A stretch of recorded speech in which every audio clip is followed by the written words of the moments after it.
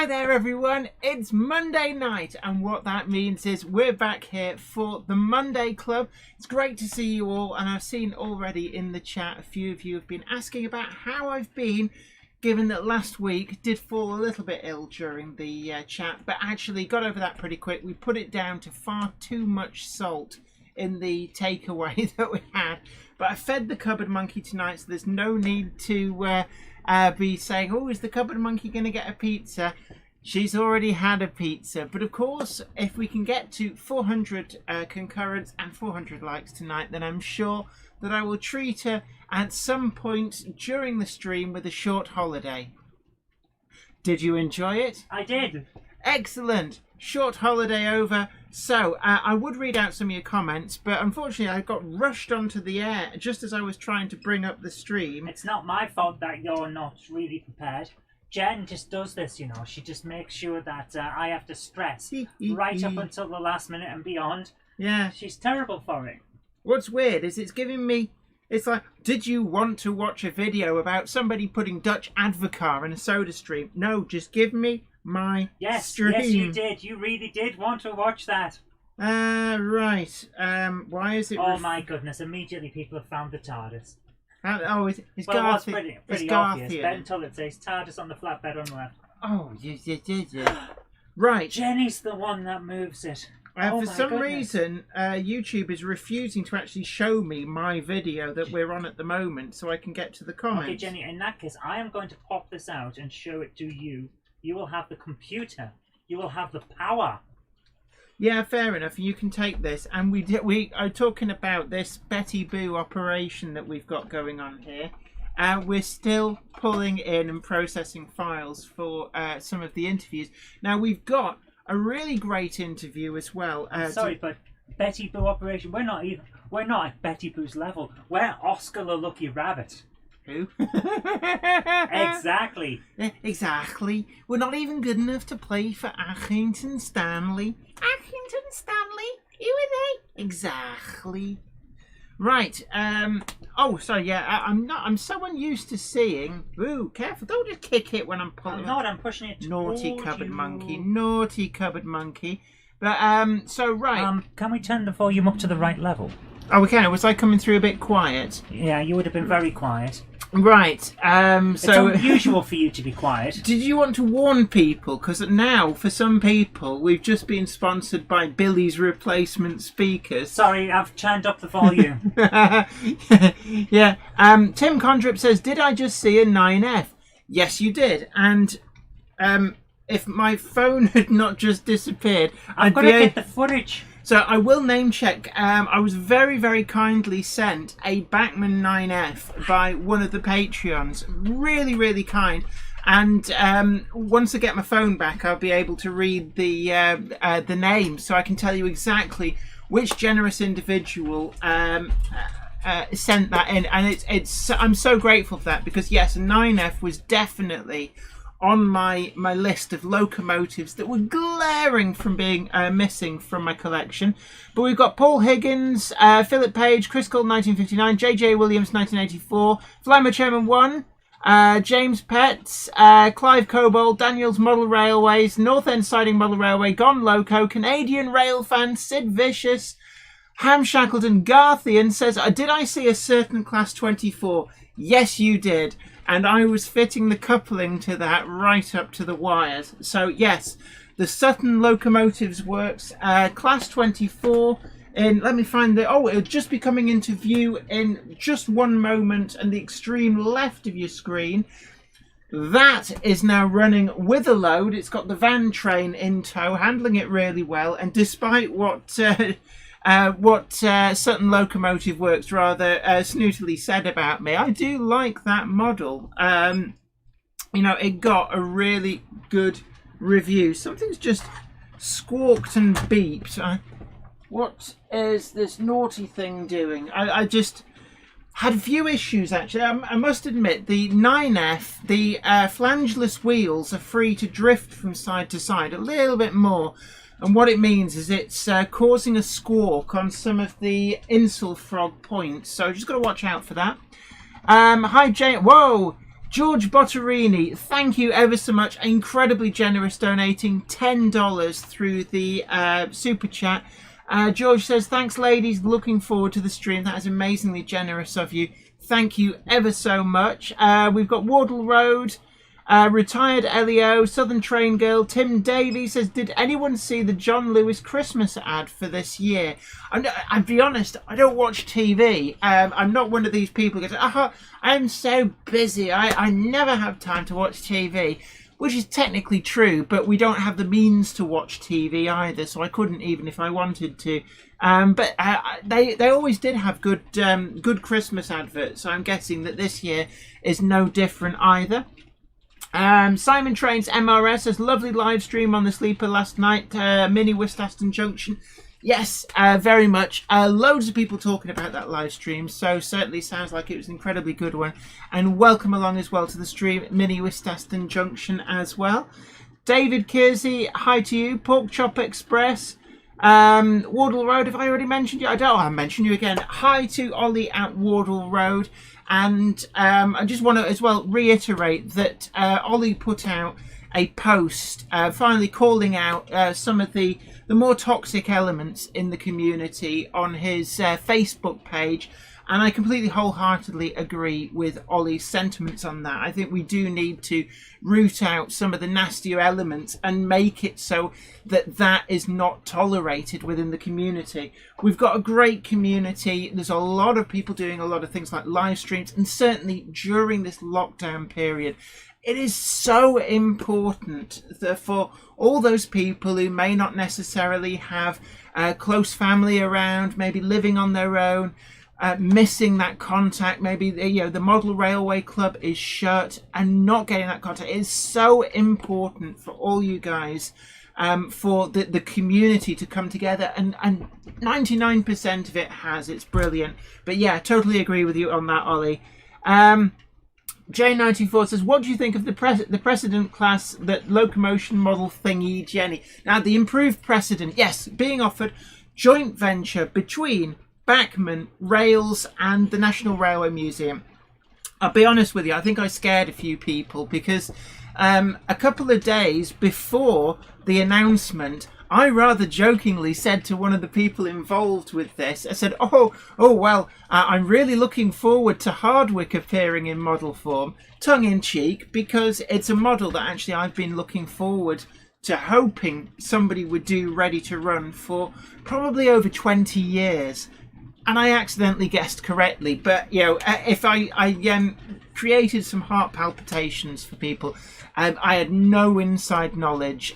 People who were entrusted to that secret carried that secret to the end of the embargo. Absolutely right. It was just a lucky guess by me, but yes, I'm blown away. And one of the interviews that we've got coming up today, I was very lucky this morning to talk with John Barber from Rails of Sheffield. We had a lovely long chat with an interview, and so we're going to be bringing you that interview. We've divided it up, actually quite a long interview, so we've divided it into 3 parts.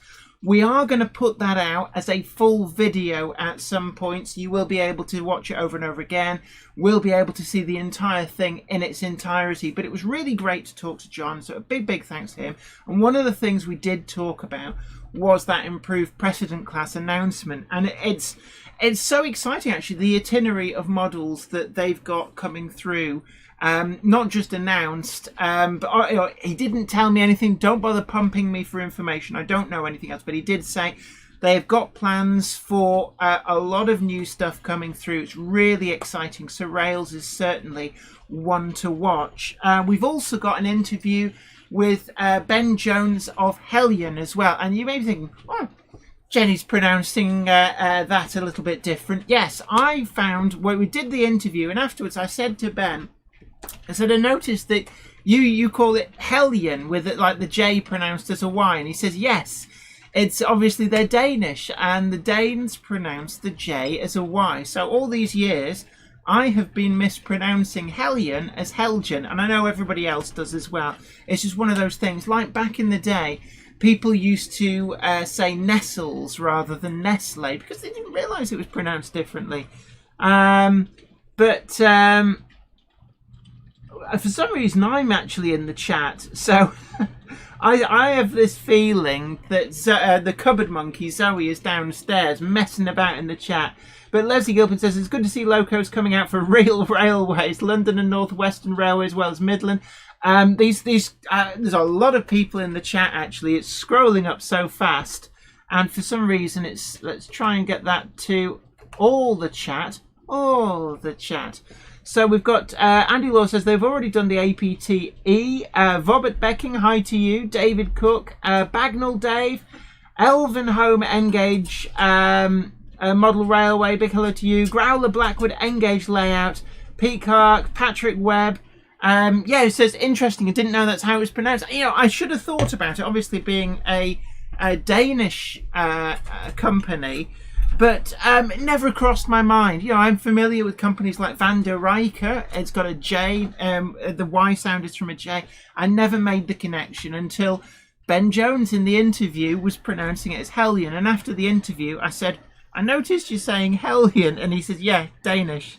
But then even he did concede that he said, yeah, until he started working for them, he'd been calling them Helgian as well.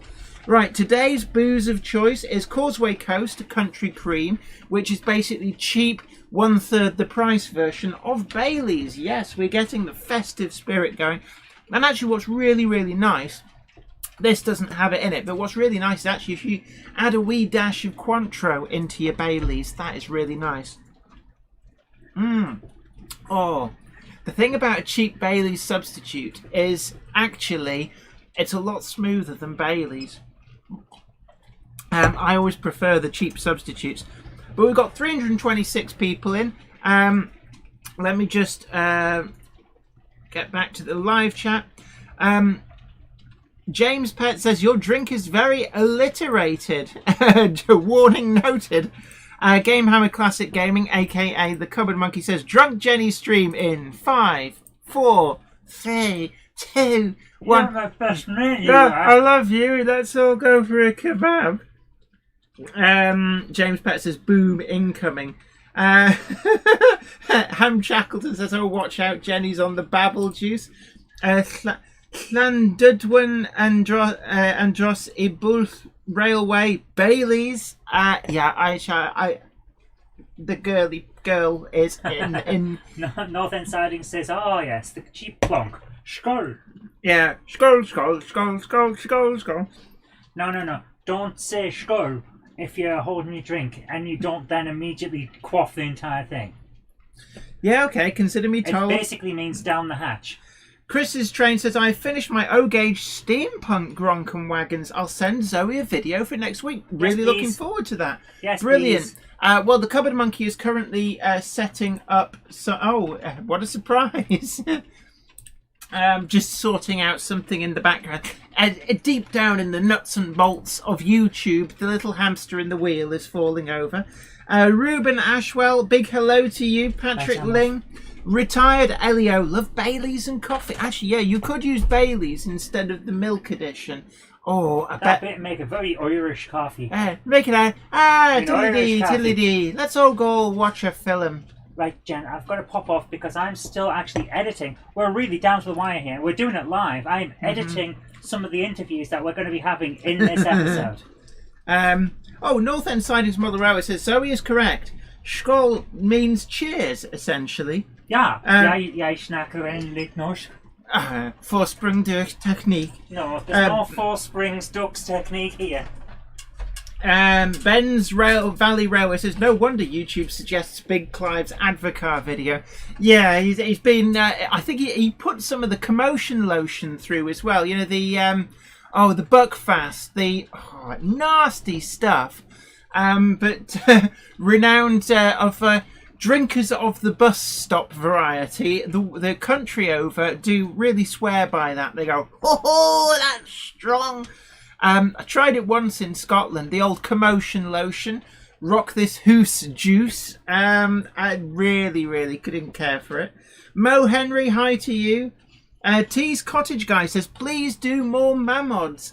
we've only got the SR1A roller, we've got the SR1 Showman's engine. I've got a little stationary engine which is actually really, really old. It runs on meths. It's got a little meths burner in rather than the solid fuel tablets. And then we've also got that Mammoth train as well. And the trouble is the Mammoth train didn't have the guts to go around the Garden Railway. The gradient's just too steep. Now, the Garden Railway, I am planning a redevelopment already of the Garden Railway to ease the gradients. Now, the fundamental track plan, will remain the same, just about, but the idea is to ease those gradients, and hopefully we'll be able to run things a little bit easier. So that is in the pipeline for next year. Gwion Reese Davies, big hello to you. Wamgok says Baileys and pizza. Well, the pizza's already in me, so we'll just top that one off with the Baileys and give it a whirl. The only thing about Baileys that you have to remember, though, is that you're essentially drinking a carton of cream. Naive Gauge, are you drinking fighting juice, Jenny? No, there's no Buckfast involved. Awful stuff. The Growl of Blackwood N-gauge layout. Buckfast, tried it once. I'd lost the ability to speak for 2 days. Wardle Road says, I thought you said it runs on meth. It would be all over the place. Oh yeah, Dr. Heisenberg with the crystal blue would be all over that. Patrick Webb asks, pardon me for repeating myself, do you own a Hellion O2? If so, how well does it run? I don't have one of the O2s. The only let's have a the Hellion O2. I'm getting confused with the ones that Kerno did, the different locomotive. The Tango, which is the 280. I don't. I know that the first batch, which admittedly is all sold out. I did talk to Ben Jones from Hellion about them. Not in an interview, but just in general. And he said they have all sold out. There were issues, and the issues are being corrected for the forthcoming re-release of that model. So I can't really give an opinion on it. I know that I've heard of many people claiming that it's not a great model, and there's of course the infamous pool video. Although, I did speak to Sam about that. Not as it was like, I'm here to tell you off. No, we were just talking about something and we got onto that. And he said, it was a very successful video, and, it's got the right attitude, to be honest with you. He doesn't care what you think about, if you're, I say you, but he doesn't care what the critics think, and it's probably actually a really great way of dealing with criticism. So, good luck to him. The TVR says, hello, good evening all from the Taff. The Taff Valley Railway, brilliant. Andrew Johnson says, I love Amarula cream, goes very well in coffee, particularly in the Bushveld. Yeah, I quite like the Amarula cream as well, which is sort of like an alternative. Ryan G, Baileys with brandy is very nice. I can imagine, actually, we've got some brandy downstairs for the Christmas cake. Actually, we could try it with some apricot brandy, because I've got a bottle of apricot brandy deep in the booze cabinet. At the back of the booze cabinet, you always end up with those weird drinks, and nobody's quite sure where they came from. But there'll be things like half a bottle of ouzo from the trip to Crete circa 1987, with all that crusty, sugary deposit around the top. But I've got a bottle of apricot brandy, so that might be one to try. And that is deceptive to drink. It's very smooth, goes down lovely. Bigelow, Chris Hales, Heritage Railway. Patrick Webb says, is meth Henry's special coal? Oh, that'd make him go some. J. Paul Anderson, big hello to you. Darren Mold says, hi, love the way you talk with your hands. What controller do you have? The controller we've got, it's a Gauge Master Prodigy Express. Is the DCC controller. So this is just my iPhone, and it's what I'm reading the comments off. The cable is because it's on charge. North End Sidings Model Railway High Gen recently purchased a Bachmann Freightliner 66. Any suggestions for a frugally minded modeler for rolling stock to pair with it? Era would be really be 1989 onwards, thanks. Well, the Class 66, they're sort of late 90s, so that's like 10 years after that. But what I would suggest is that the Bachmann HEA has been out long enough that you can pick them up second hand. They're plentiful, and they are actually a pretty reasonable wagon. I've been buying them going right back to the late 90s, and they have appeared in EWS livery, Freightliner livery, also mainline livery, but also some of the earlier liveries like Load Haul, Rail Freight Distribution, and BR Freight Bauxite as well. So it's a really long-running wagon. The Bachmann model is actually a pretty respectable wagon. Even the older 33 prefix catalogue coded Bachmann HEAs are not too bad. They do still hold their own next to the more modern version. The difference is actually it's got a much improved chassis, but they, from most viewing angles, you have to look to see. It's just finesse, like the brakes and the handrail stuff at the side. It's just a much more finessed one. But yeah, HEAs from Bachmann, second hand, you should be able to pick them up probably around the £5 mark, and there's so many out there, and really great. Paul Weaver says, hi, watch out for wind. Thank you for that. I am a lot better now, actually, thank you. Somerset Andy, big hello to you.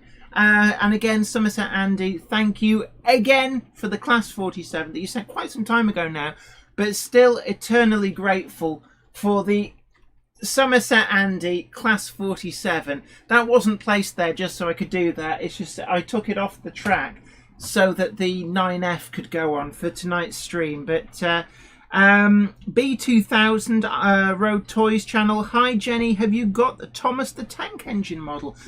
I don't, but I'm actually really interested to see the new Bachmann models. They're going to be DCC ready, although they have chosen the next 18 decoder, which can be a little bit more tricky to get a good choice of, but certainly they are out there. Train-O-Matic make them, Bachmann make them, but some of the other manufacturers, they're a little bit tougher to get.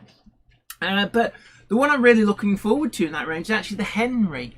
And the reason for this is because my little nephew, Henry, who lives and breathes all things trains, I think it would be absolutely special for him, for me to have a Thomas the Tank Engine Henry up here for whenever he comes to visit, of course, post-COVID. So it is on the cards. I'm not sure that they're actually in the shops yet, although they should be in the shops relatively quickly because they're already being produced for the places like the US market. Mugbenman1 says, hi Jenny, do you have any Norwegian locomotives? I don't, but I have seen some of the models and they look absolutely amazing. It's one of these things that I do actually really like. Some of the what's for me overseas, what's for you is your domestic locos, but for me, things locomotives from other countries, I really do like American outline stuff. Really love the look of the models. I love some of the modelling as well. The American HO Railroad modelers, really great take on the vastness that they can reproduce. It's just such a great look. I love the Australian modelling scene as well.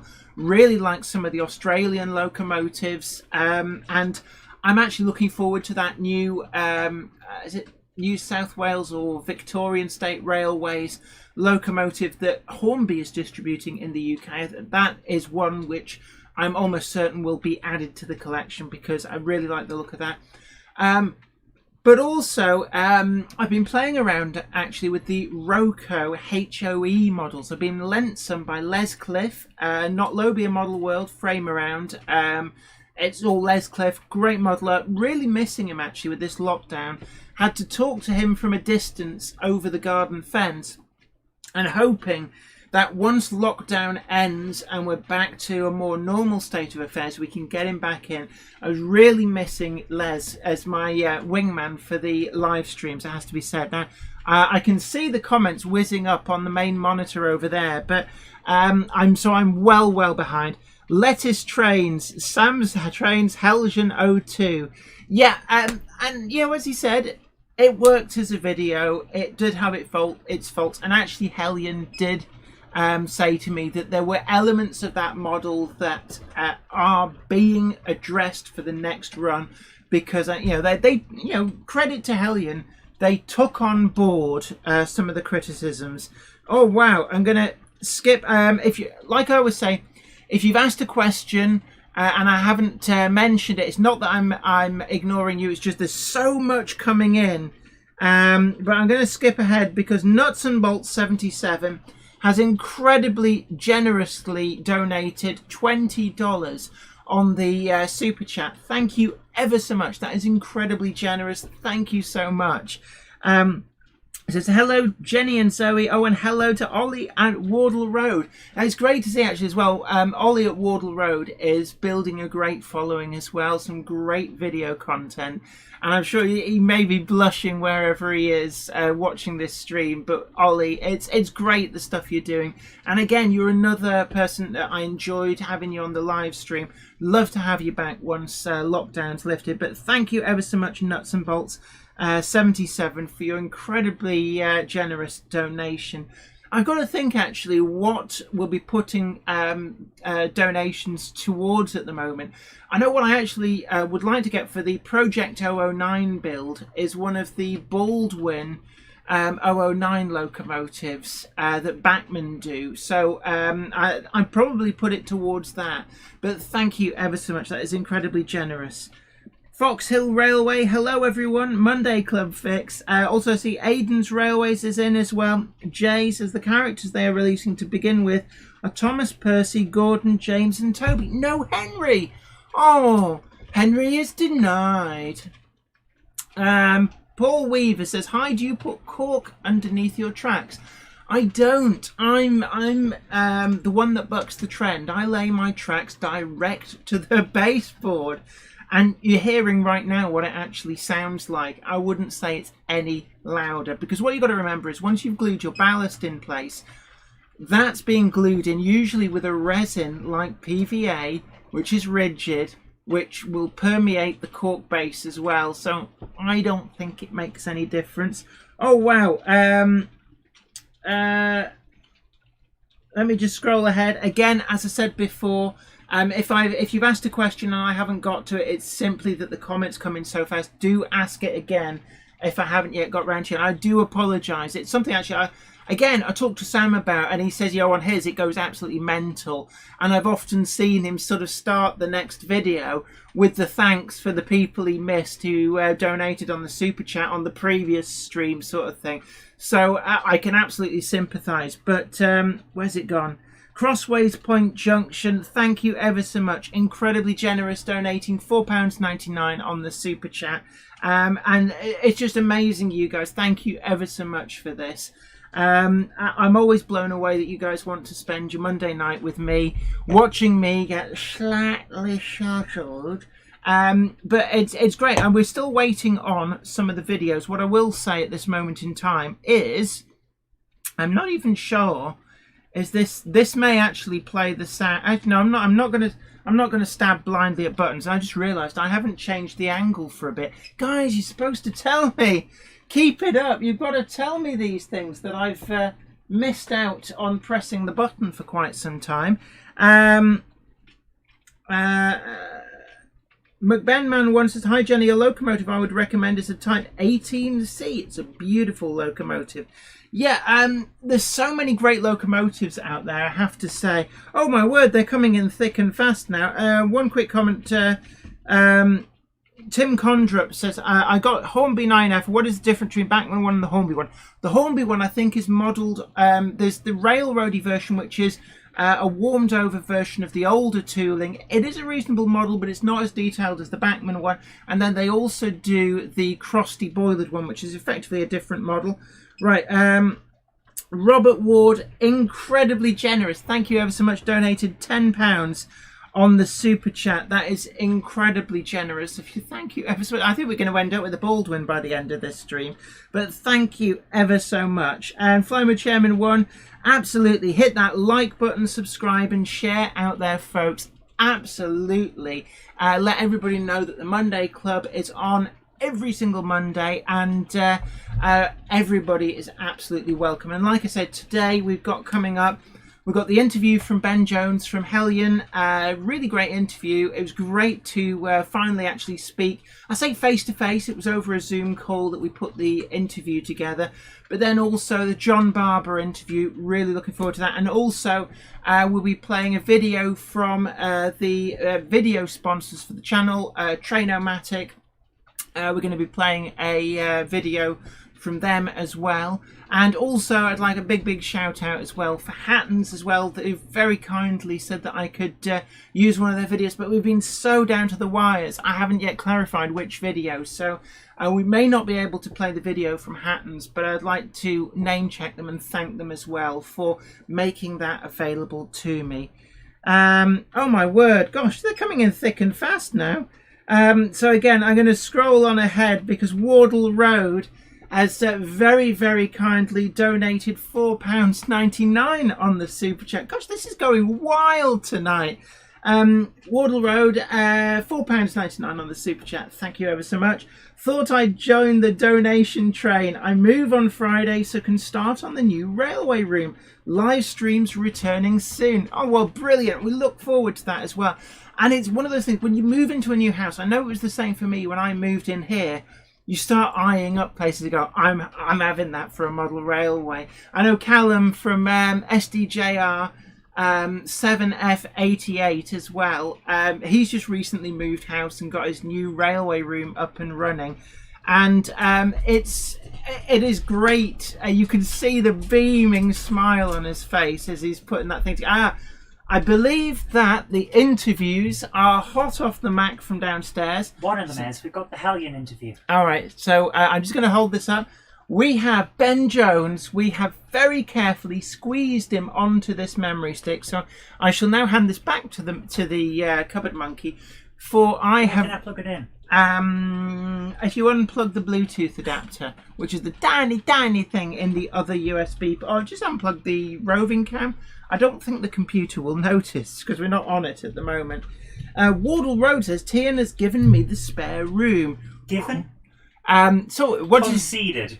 No, I think Ollie, you're going to find that favour will be called in at some mystery point in the future. You mark my words. I do love a Bailey's substitute. You notice though, everybody calls it a Bailey's substitute. Daz in 1977, hi to you. Mark Wilson, evening me duck. Wamgok, hope the moves goes well, Wardle Road, absolutely. Map the Dragon Railways, have you received my video? Just wondering as I got something wrong the first time. Have we had stuff come through on the... We've had loads, I haven't checked anything. I have been inundated with Jenny. Jenny is horrible to me. She makes me work and it's not fair. We will go through the videos that people have very kindly been sending in. So we will work through what we've been sent. But it's been so manic over the last few days. It's terrible, guys. She expects me to do work in order to actually have a job. It's not fair. East Coast Parkway, hello to you. Flint Hills Model Railway, Jeff Hammond. Good evening, Monday Club. And good evening to you as well. Great to see you in. We've got a great turnout. 373 people on at the moment. Can we get to 400? Don't forget to like, share, and also subscribe if you haven't already done so. Let's get as many people as we can. If we get to 400 concurrents and 400 likes, I will buy that Baldwin narrow gauge locomotive. You were going to do that anyway. Shut up. Don't rain on my parade. But we will get that, and then that will feature in the upcoming part 9, I think it's planned for, of the Project 009 build.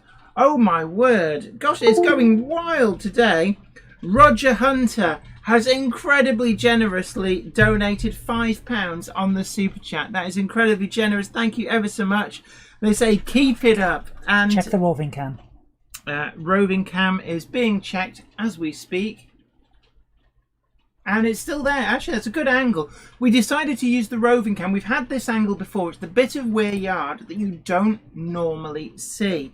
So, also, Flyman Chairman 1, hey, you are so on message. I love this. You can also donate to the Monday Club with Jenny Kirk on PayPal, and you posted the paypal.me link there as well. Bagnall Dave says, I evicted my lad to use his room for my train setup. My childhood room...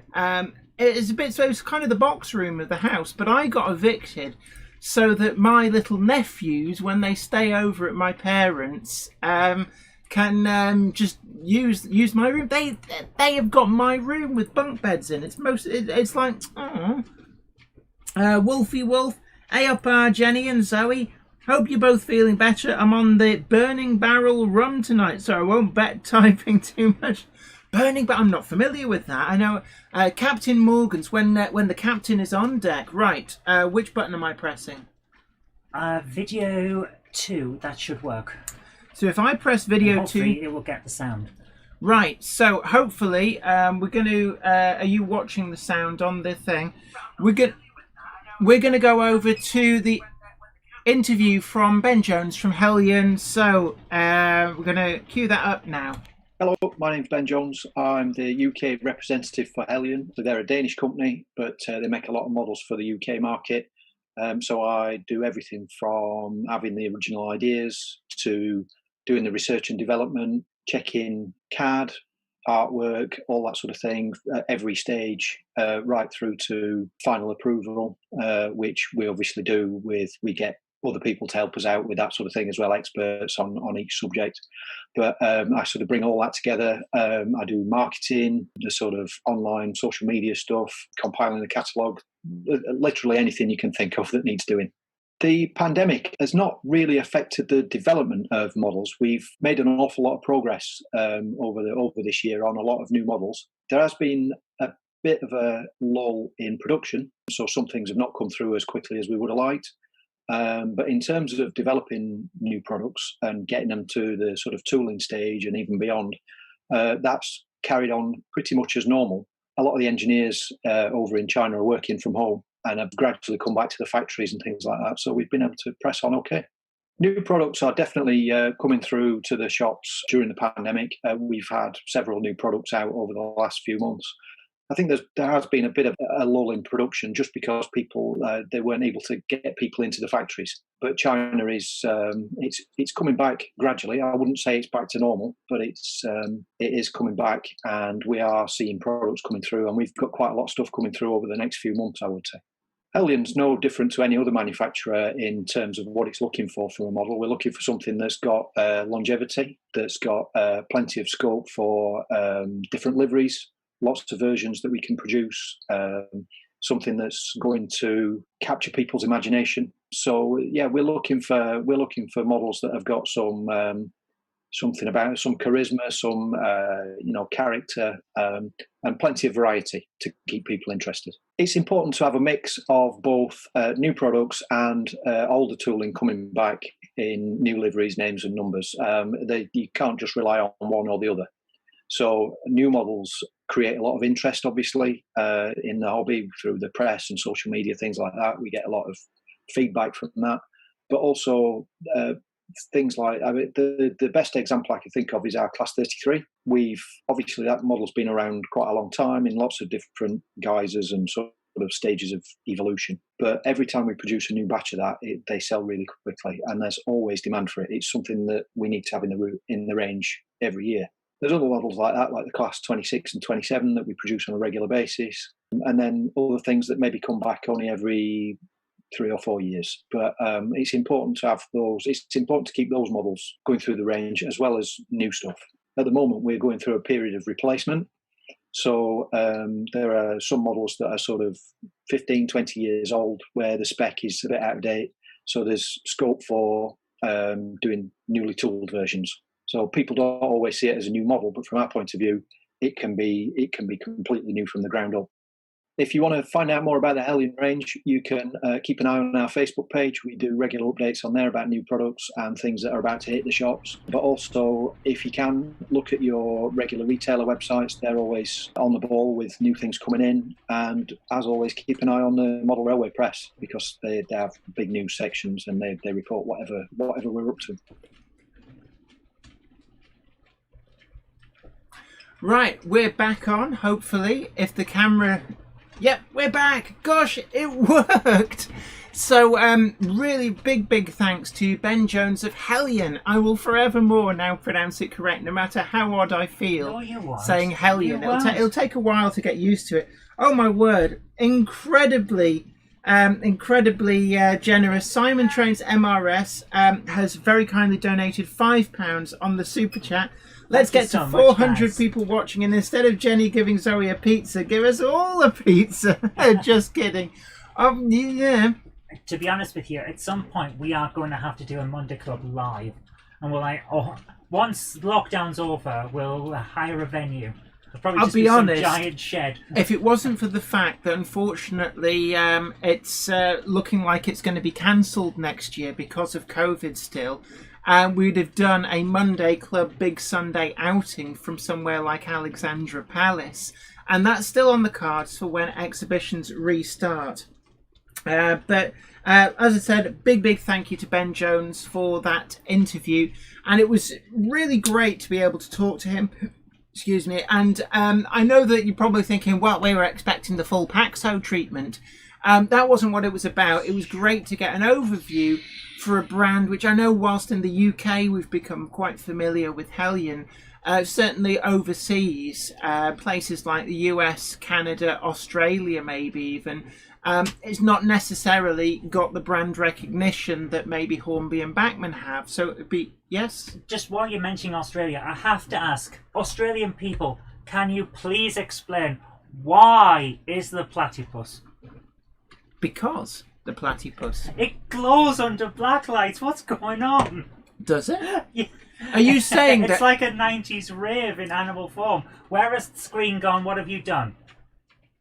I don't know. Something Press just... the button. Something just died on the stream. Jenny, what have you broken? Jenny. It would appear that playing the Hellion Interview has somehow Pete Clark says hand of God grabbing the TARDIS. I'm not sure what's happened to the other cameras, so we'll leave it on this camera angle for now. This is the problem. When I've noticed what it is it's when you remove my camera, the one that faces me, that's when things all go a bit. The live stream loves you. What to see you? Yes, you do. North End Sidings Mother Railway says Jenny balked it. It's Fubar. Jerry says hello. This is an Australian. The platypus is radioactive. Oh my God! It gets even worse. Patrick Webb says it's back. Garthian, humans glow under black light too, Zoe, just not as much as some animals. Andy T741, platypus can make omelettes. Jerry says Hellion's a bad omen. Charles Walsh though says I still see you, Jenny. Alice Neal, hi to you both, and definitely, yeah, I've been loving seeing some of your builds you've been posting on Facebook. You're more than welcome to join the Jenny Monday Club Facebook group and post them on there. These are builds of some really quite incredible and unusual engineers type wagons. Oh no, I just knocked the Coke over. Luckily the lid was on.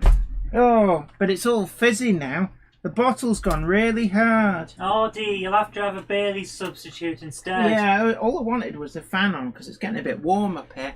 But been really loving some of your builds. Really innovative. I've gone and edit the other stuff. Right, the Cupboard Monkey is now going to go and find the John Barber interview, so we can. So I'm just going to see if we can get some other camera angles. The roving cam is still working. Right, Rachel Houston says they can see the TARDIS. I can't. Where is the TARDIS? Oh, I do see it. So where are people? Yeah, Rachel Houston. Zoe just. Oh right. So I'm a bit strange behind.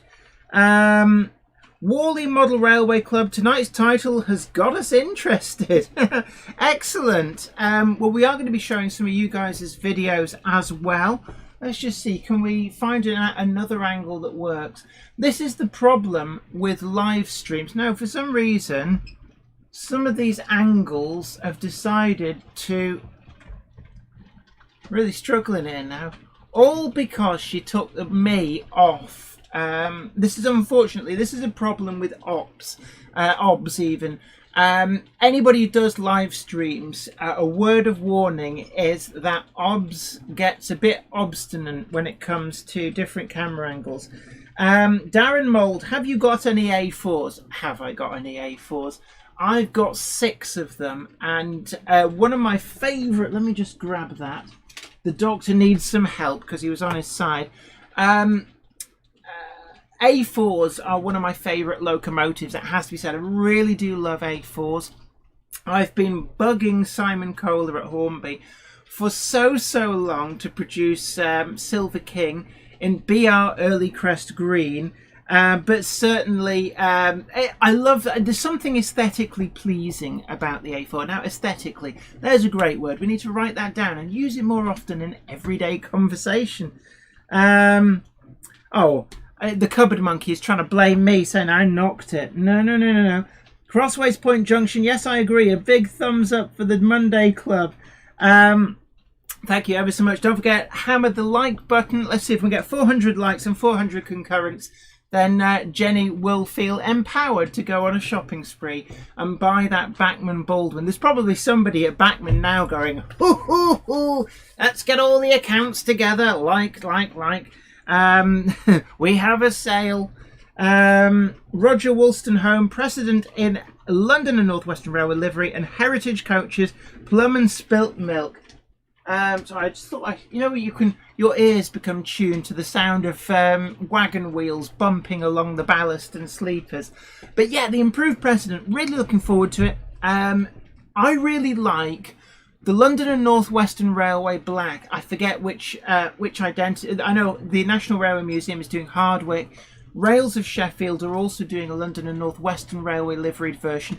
But then Rails of Sheffield are also doing, at the moment, 2 others. There's the black LMS one, which is sure to prove very popular, but I really like that crimson LMS livery. So I think my choices would be the London and North Western Railway and the LMS Crimson. Those are the 2 that I'm guessing that, I mean, they're £220, but in the interview actually with John Barber, I did take the leak and I asked him about the price rises across the board from all manufacturers, and bless him, he did answer openly and honestly. And it's something that I know a lot of people always bring up. Oh, have you seen the prices? And it's like, yeah, and there is reasons behind it. So it was great to actually speak to somebody from the other side of the fence who can enlighten us a bit more about the prices and why they've gone like that. So looking forward to that. We are going to be playing the interview with John Barber. So look forward to that. Oh my word, we've gone over 400 concurrents, 403. Oh my word, where's let's oh, come on, let's celebrate. Woo! Woo! Yay! All-time record stream, over 400. Yes, waving my list. I am drunk. But, oh my, it's just going up and up, 406. McBenman1 says, hi Jenny, can you make a video on how to shunt on an O-gauge layout, please? Yeah, probably will at some point. Definitely, absolutely, definitely. And that's TARDIS found. Has it ever been lost? As Flammer Chairman 1.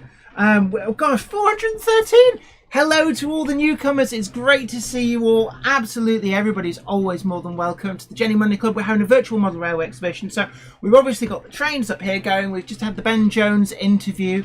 Also coming up, we're going to be playing a video from Trainomatic, makers of DCC decoders. It's quite a good fun video as well. Looking forward to that.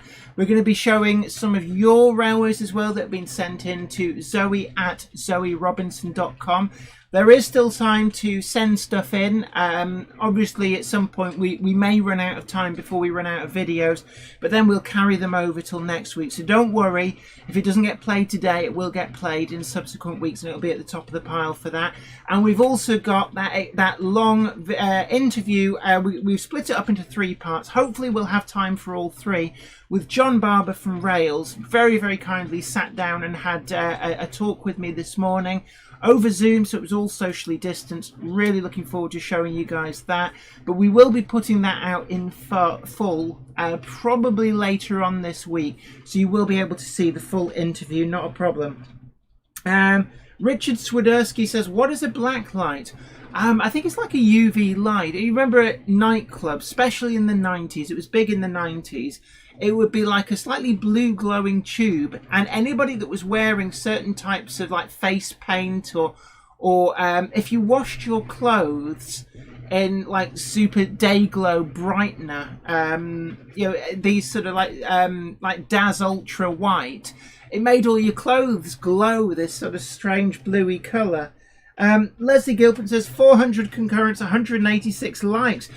Boom! But we need the 400 likes as well.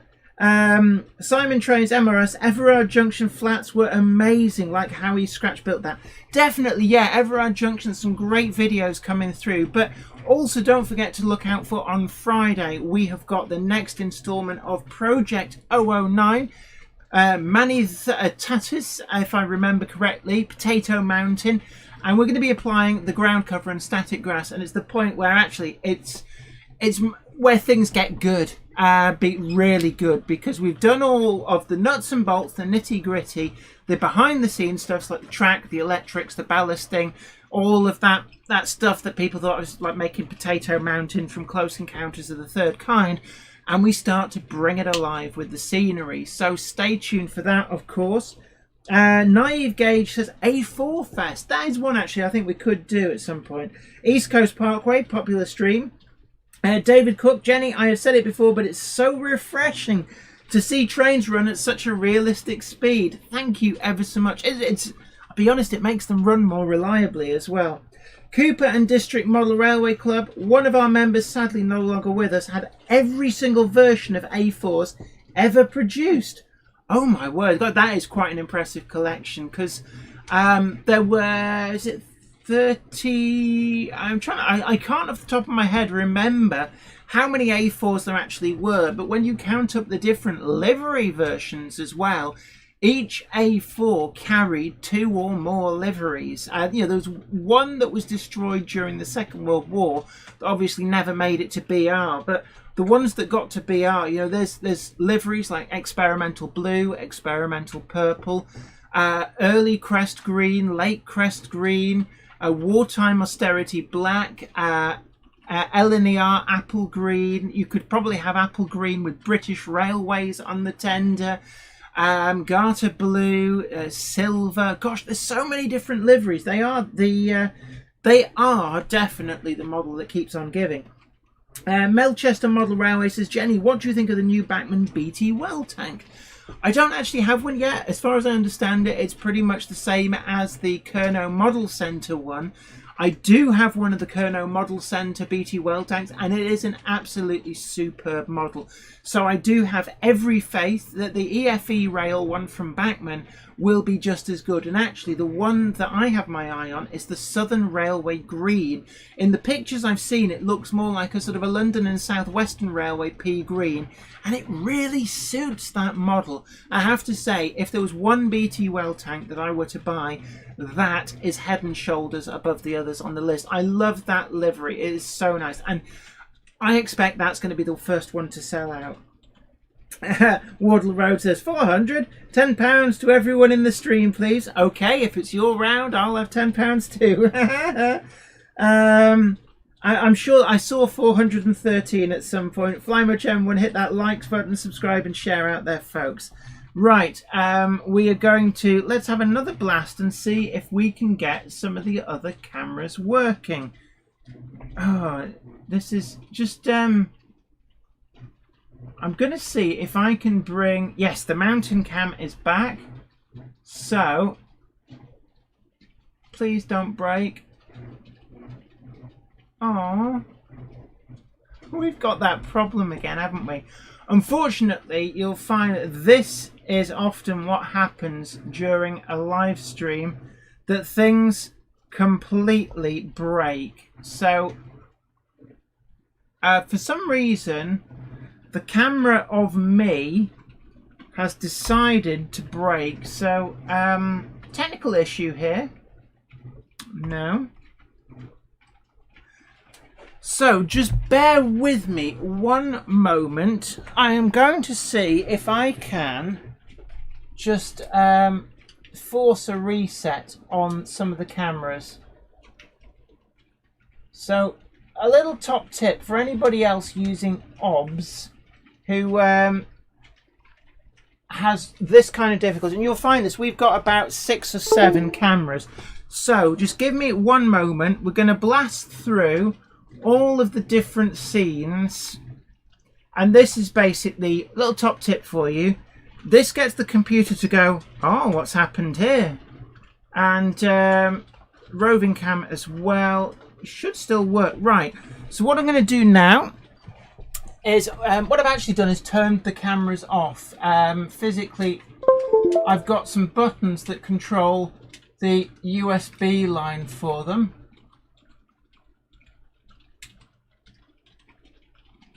Let me just press the buttons. There we go. So, and I noticed actually somebody's just let me scoot through the comments and catch up. Whoa, somebody's going to say, "Hey, yeah, get yourself some proper hardware." Dazza 1977. Oh, interesting. Ham Shackleton says the audio has a buzz on it like a blue bottle in a jam jar. Interesting. We're going to have to look into that. Dazza 1977, really generous, donated £4.99 on the super chat. Thank you ever so much. Said, evening Jenny, enjoying the stream, and B2000 Row Toys channel. Hope your 009 railway goes smoothly. Actually, yeah, the 009 railway is, I'm about 4 videos ahead of what you've currently seen, so I already know it goes quite smoothly. Excuse me. You've probably seen online a few of the videos being shared. Right, let's see if I can wake the system up. Apparently I can't get the camera with me, but are we getting... Right, interestingly enough, we've got certain camera angles back, so we're getting there. This is a live hot fix. So what I would suggest is, actually, if I go to that one,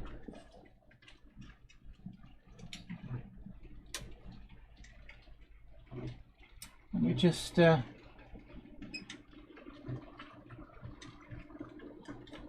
right, I think. Right, I'm going to get there if it kills me. So, told the system that tried to get the camera and failed. Let's see if it will... Oh, sorry about that, people. I just caught the thing. And also seen it, Ian White very generously has donated £5 on the super chat. That is incredibly generous of you. And hello. Yeah, I fixed it. Boom, boom, boom. So hopefully we've now got all the cameras back. Yes. Oh, brilliant. Oh, sorry about that brief interlude, but yeah, if you've got OBS and you're doing a live stream and this happens because you've got multiple cameras, turn the cameras off, change to that scene so that the computer and the software then goes, oh, the camera has gone. Change to a different scene not using that camera, turn the camera back on, and then it forces the computer to reacquire the camera, and it's basically turning it on, off, and then on again. So, Garthian All right. Donegal Dad says, "Hi Jenny, can I get a shout out? Just need a couple more subs to get over 300, please." Absolutely. Donegal Dad. So I'm assuming that your YouTube channel is called Donegal Dad. But people head on over there, check out his channel, and certainly subscribe if you like what you see. Let's have a look. Paul Higgins, can you run a locomotive with a cordless motor with a standard Hornby controller? Now, I've heard a lot of people saying things about cordless motors. In all honesty, I've never had any problems, but I don't know whether I've got any with cordless motors. I believe that they can cause trouble with feedback control, but I'm not entirely sure. That's something that you might have to ask somebody else about. Sid Vicious, you could always hit it like the old CRT TVs. Oh God, I had one like that in my bedroom, and it was like the old family TV. It was like 20 years old, and I had it in my bedroom, and it used to go and do weird things, and you used to have to go smack, and then the picture would come back. But then ultimately, one day it smacked it, and instead of coming back, the snow fuzz just went and disappeared. Right. New Durham Junction Model Railway. Check out West Hill Wagon Works' new releases and new products coming out later. Definitely. Gary Lewis says, "Hi Robin, Sam's Trains did a good review on the Daypole Mogul." I'm still waiting on my Daypole Mogul, I have to say. I've been promised one for review, but I've not actually received it as yet. But I have to say, I've not seen Sam's Trains review either. Fat Wallet Boy 2, "Hi Jen, of all the as yet not produced AC electric locos and double O gauge, what would float your boat the most?" I think Class 83. Now, the reason for this is, and I'm sure somebody will correct me if I've got it wrong, but the Class 83 carried intercity executive livery, or at least a few members of the class did, right at the very end when they were employed on empty carriage services out of Euston. I believe that they were painted to match the intercity liveried coaching stock. So I think the Class 83 would therefore give you the option of one of the best liveries ever, Intercity Executive. Right, I'm going on to the Coke now because I am getting a bit drunk, and the thing about Baileys is it tastes too nice to be good for you. Oh, strawberry Diet Coke. It is really, really nice. Right. Pete Clark actually says, "Audio fine here. It's my model railway." Also says, "No buzz." Right. I'm well behind. So I'm really sorry if I'm missing any comments. It's effectively they come in so quickly. As you've seen, we've finally passed the 400 milestone. But it's so difficult to keep up, and when somebody donates on Super Chat, I have to go and immediately thank them, so I tend to miss huge chunks. Richard Swiderski, TARDIS in sidings. Also, It's My Model Railway has also said, "I spy the TARDIS." Yes, the TARDIS is here in shot. That was a nice obvious one, I have to say. We've also got and so I'm going to scroll down. Big hello to Island Scenics as well. Only just seen you in there. Nice to see you. Let's have a look. Daniel Zoho Model Railways. "How many wagons have you got on the track today?" Off the top of my head, I couldn't know. There's probably about 250 to 300 wagons actually on the layout itself at the moment, I'm guessing. Donegal Dad has now passed the 300, so brilliant. Ickham Road, good evening to you. Rule 1 Model Railways. Guy Concert, thank you ever so much. That is incredibly generous, donating £5 on the Super Chat. Absolutely, thank you ever so much. I think we're going to reach the target for one of the Bachmann Baldwins today, definitely. But the Cupboard Monkey has just hoved into view. Somebody I think was asking about. Dale sent you that. All right. Train on the. Oh yeah, you're absolutely right. Thanks for spotting that, Garfield. Yeah. For some reason, There's yeah, the 24 is, I think it's got some kind of an issue with its drive. It's tired. Give it a rest. No, normally the traction on these is really, really good. But it would appear that it has decided to... Are you all right there, Cupboard Monkey? I'm going to go and take some pills so I can get through this. Rightio, no problem. The interviews are processed now. I have a very nice short film for you too. Excellent. About Minitatis. Excellent. Also, we need to find from the Tramfabrik YouTube channel a video from them as well, which I promised that I would play. So what I'm going to do is... Are we going for 3 hours tonight since we're doing a model railway exhibition? Let's see how we go. I think we got a lot of people sending stuff in tonight. Yes, we have. So we may be going for extra time tonight. I know we were short last week, so maybe we'll run long this week. Now, Intercity Executive livery. Love this livery. This is what it looks like on a Class 25. This is Ethel 3.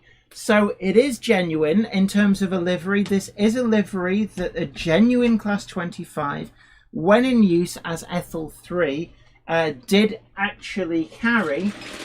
Now, one thing that Ethel 3 couldn't do was drive under her own power. However, because this is a model railway and this is actually a Bachmann model, excuse me, it was produced as a special edition by Bachmann a number of years ago. So we've got 9752, Loco 9752.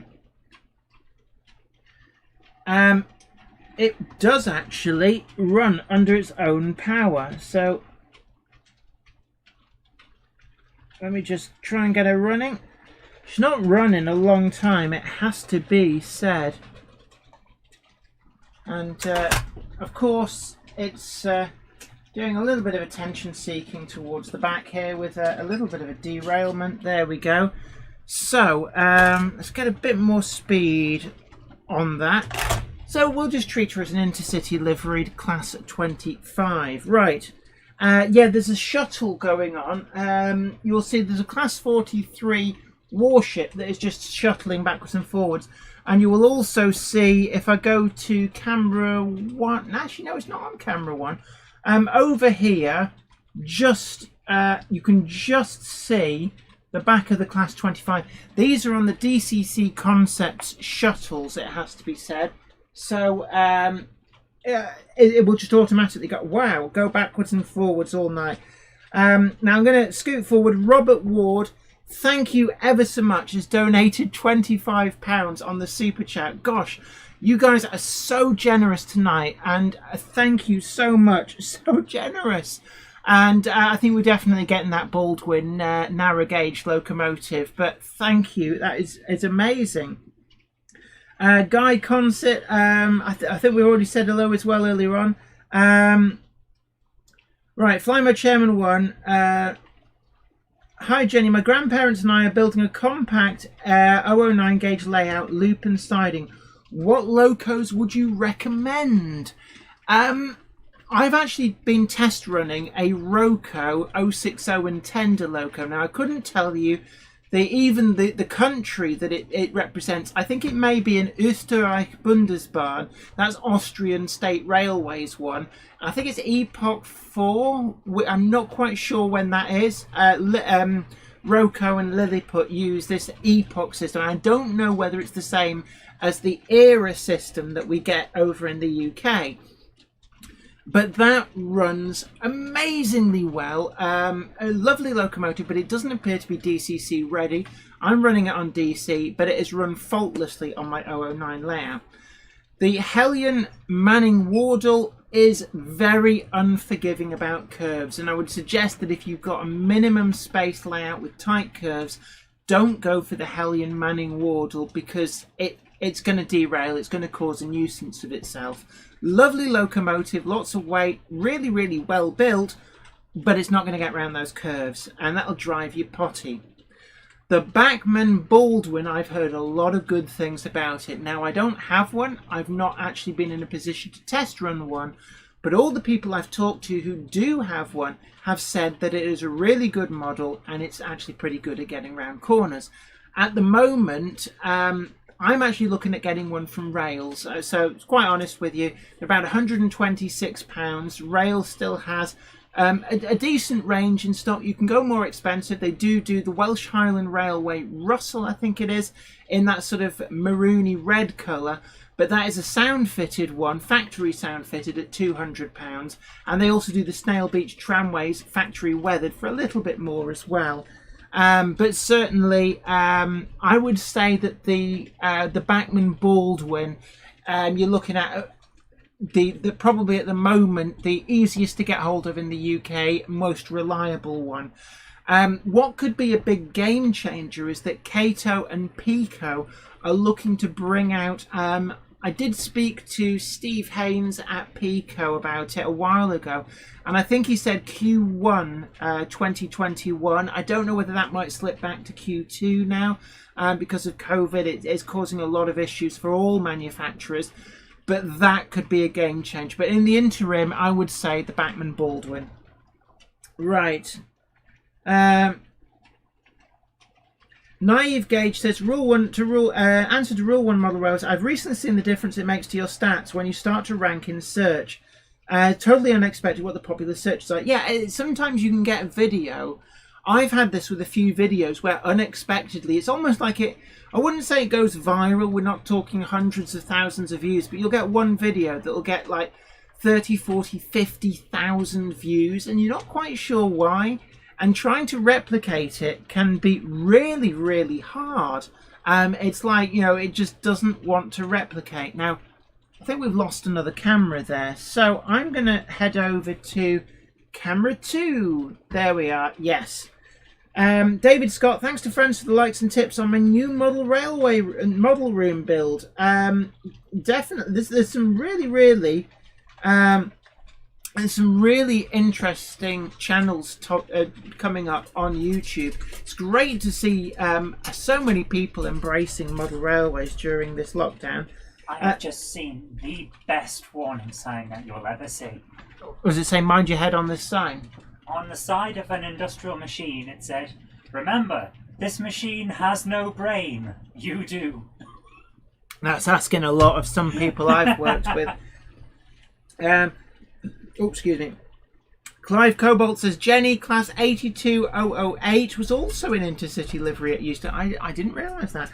And Worley Model Railway Club, they wanted me to remind you guys that they are holding the virtual event at the end of the month. So the virtual Worley Model Railway event. In fact, actually, I was talking to Richard Watson, aka New Junction, on Messenger, and he did mention about the virtual Worley because he was asking me if I was involved, and I'm not. But certainly, if you guys over at the Worley Model Railway Club want me to do anything for you for the virtual model railway exhibition, I'm more than happy to be involved. I've did some stuff for Alexandra Palace for the MRC, so I'm more than happy to be involved with stuff as well. If you want me, if you're like, oh no, we don't want you.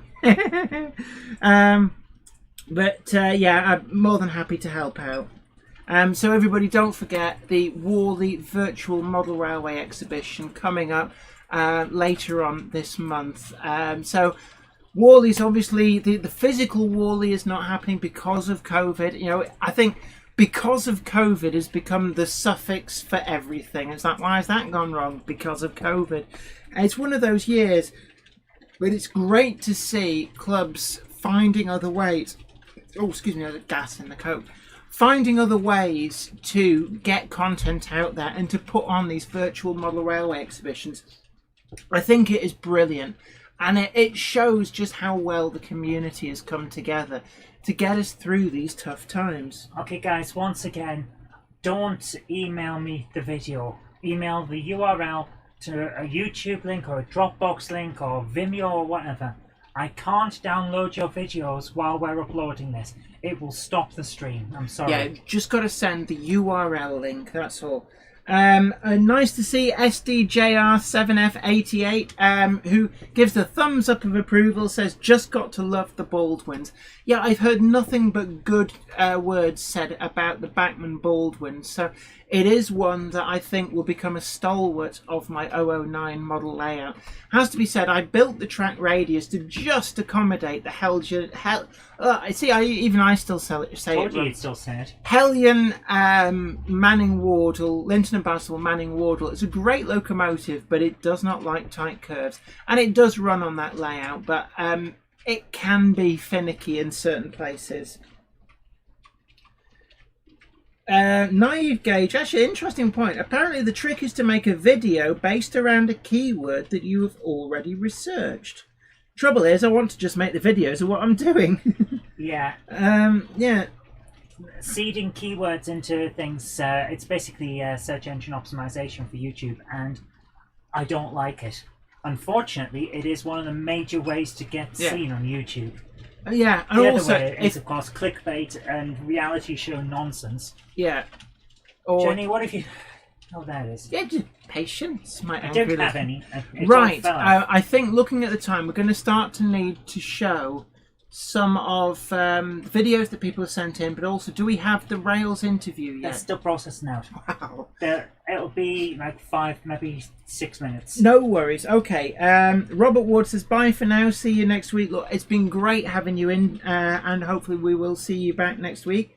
McBenman1 says, hi Jenny, do you have any broad gauge locomotives? None at all, to be honest. I'm not aware of any available ready to run. Maybe that's something we'd see in the future. Robert Steers, greetings from Montana. I have some Santa Fe, Northern Pacific and Spokane, Portland and Seattle HO tank car models coming your way for review. Isn't that Spokane? Is it Spokane or Spokane? Remember Fraser, where he has his radio show in Seattle and Spokane? Okay, I'm going to defer to the cupboard monkey.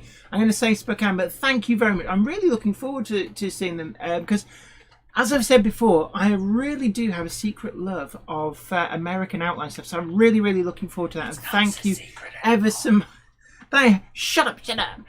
So thank you ever so much to Robert Steers, who's also one of the very, very valued Patreons as well. And don't forget, you can always check us out over on Patreon and help support the channel to make the videos that you want to see. Right, J. Paul Anderson says hi to Callum, and it's great to have you in, Callum. We were talking, actually, maybe your ears were burning earlier on, because one of the things was we did say that because you've just recently moved house, and that beaming smile whenever I see you in your developing railway room, because Ollie at Wardle Road is moving on Friday, and he has negotiated, which I still say Tian has given him the railway room because she's planning on calling that favour back in the future. But he's got himself a model railway room, and it's brilliant. When you first get your dedicated space for a model railway, it is brilliant. Darren Mould, hi Jenny, do you have any HSTs? I don't, I'm sorry.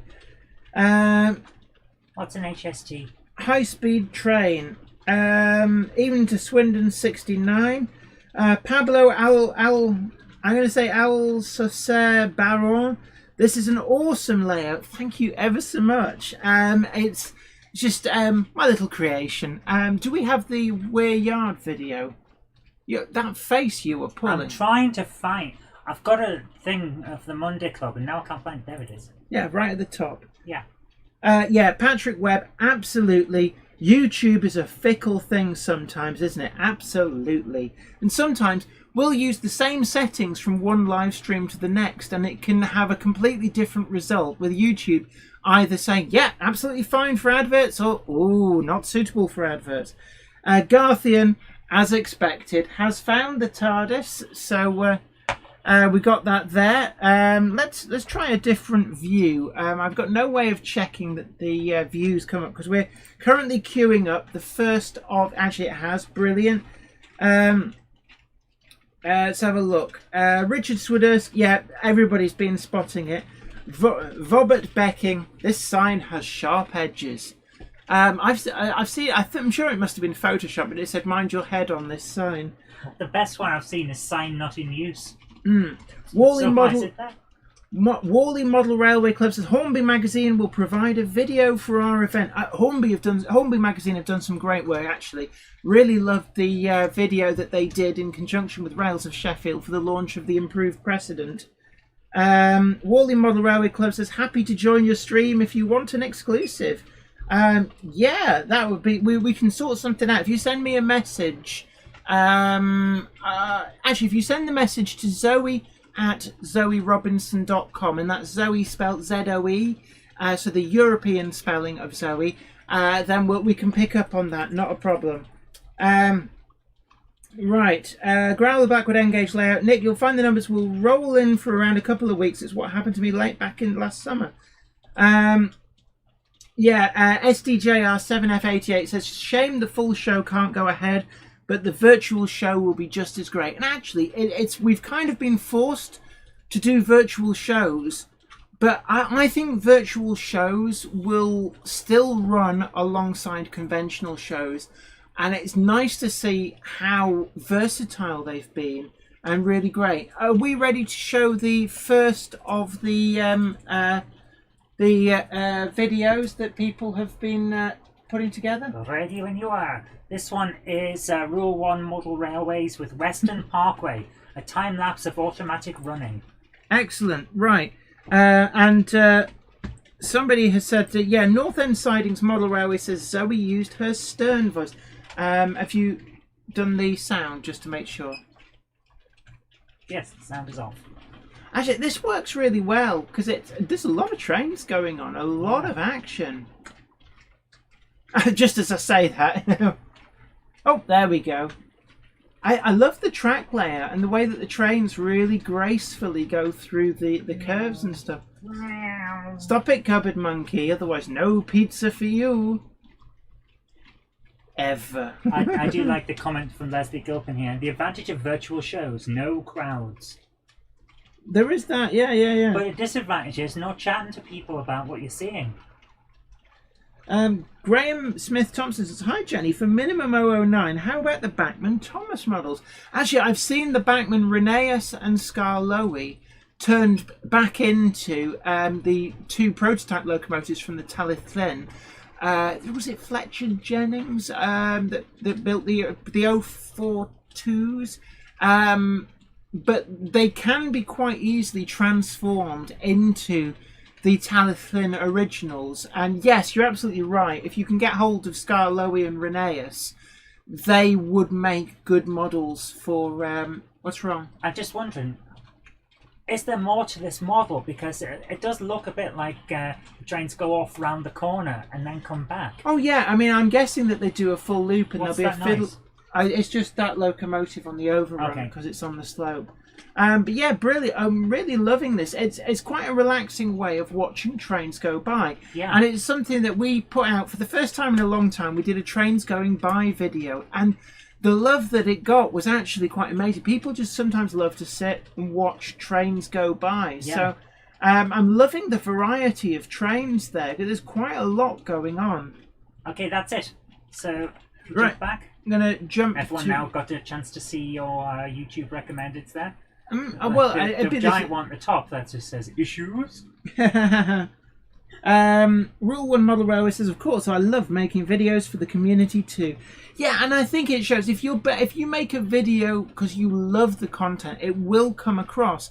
If you're making a video for the sake of getting clickbait, why are you bothering? Yeah, why are you bothering? Jen, I need to ask you, where is what am I looking for this Train-O-Matic one? Tram Fabrique. Tram Fabrique, that's the one. Yeah, and part 5 of his Tram Fabrique and Sons video, Okay. I believe he said it was. Because I'm going to let you have this one while I go off to get the other thing. No worries. Island Scene, it says, have fun all, got things to do now, catch you all soon. And don't forget that you can catch up with any parts of tonight's stream that you missed. After the stream, it goes up as a full-time... yeah, that's the one. It goes up as a full-time video, so you can re-watch it, catch up on all the bits that you missed. So, excuse me. We're going to go now to a video, and this is from Tramfabrique, who are the UK distributors for Train-O-Matic, who are the sponsor of the channel. Very, very grateful And that hopefully they. this won't be too loud. No worries. So this may be sponsored by Billy's replacement speakers. So just this is your 10-second warning if you're listening on headphones. Be prepared if there's a kind of a big spike in the sound. So I'm now moved over.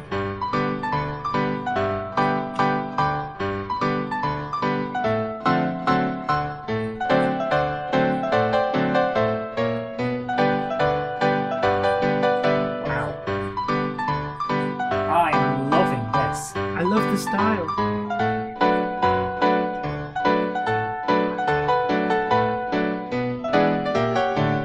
It's not too loud, it's okay. That was an amazing piece of video editing at the start. Hey, Don't you have enough trains here? I mean, you're taking up so much space. You've taken up my playground. yeah, but all my tables are full. I don't have enough space for that. So this is the only place where there's actually space to play. We'll get less trains. That's trains. That's not possible. I don't have so many, by the way. Definitely do.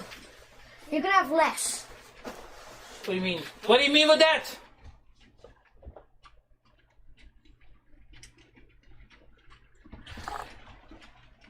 Ding dong. Passengers getting a train. It's leaving.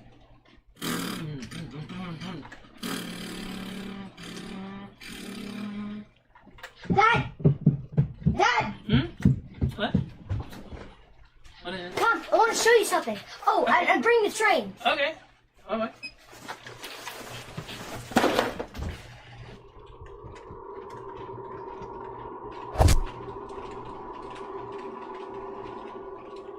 You traveled the world from north to south, from east to west, where you marveled the grateful audiences with its magic. Ladies and gentlemen, the Great Lucky presents to you The Great Lucky!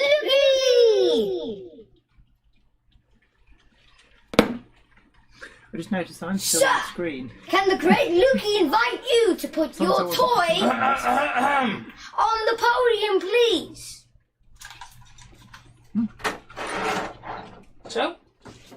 Wally Model Railway Club has sent the email. Thank you Be ever so much extremely for that. silent, please. The universe may collapse. If this goes wrong, people may die. But we're doing it anyway. Right. And now, can you So hold on to we've this? just been told it's not part 5. We're supposed to be What showing shall you I it's put the part box 4. of enchantment the Sorry train. about that. and see no wires? Silence! So are we showing the wrong video? Yes, we are. So shall we stop with the Yeah. rather well-made I actually, I must admit, we're going to just move away from that for the moment. We're told actually now, it's actually part 4 we were supposed to be, well, this was the factory tour. But that was really great cinematography. I do actually love the style, especially the opening. So we're going to go back now, and this is the video we were supposed to be showing you.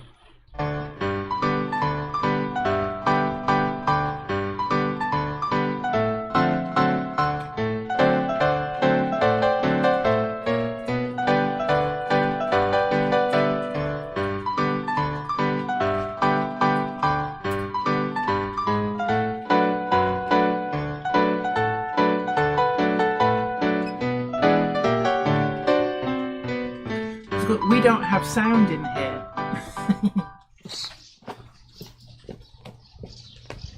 Just as everywhere else, the Tramfabrique has also been affected by the virus. In our company, we treat our employees like family members. Big hello to Wiven Model Extreme Railway safety as rules well. have been put in place to guarantee a safe environment for all, while still maintaining the social character of the workshop. Let's have a look inside.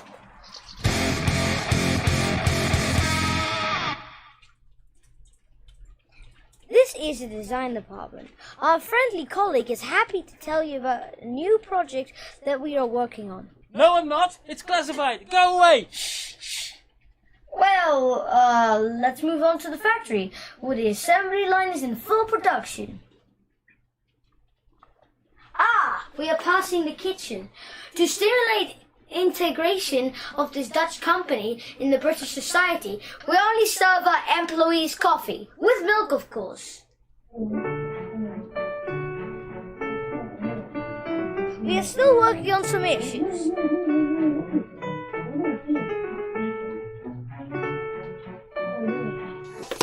Here we are in the factory, where only over 18s are making the things you love.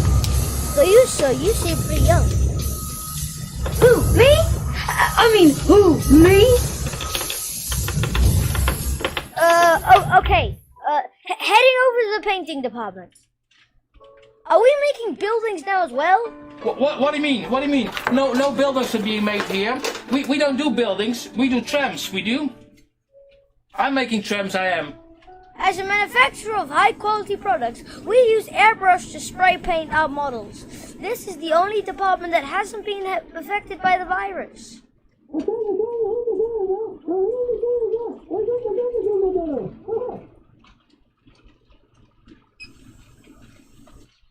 Moving on to one other essential part of our business, the quality control. Products are being extensively checked out for flaws.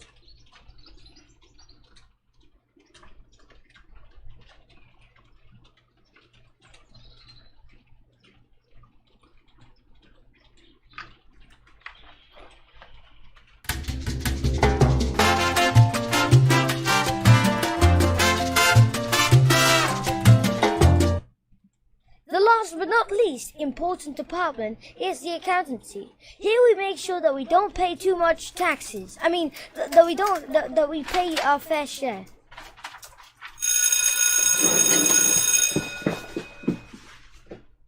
Well, this concludes the tour of the trim fabrique. I hope you see me next time.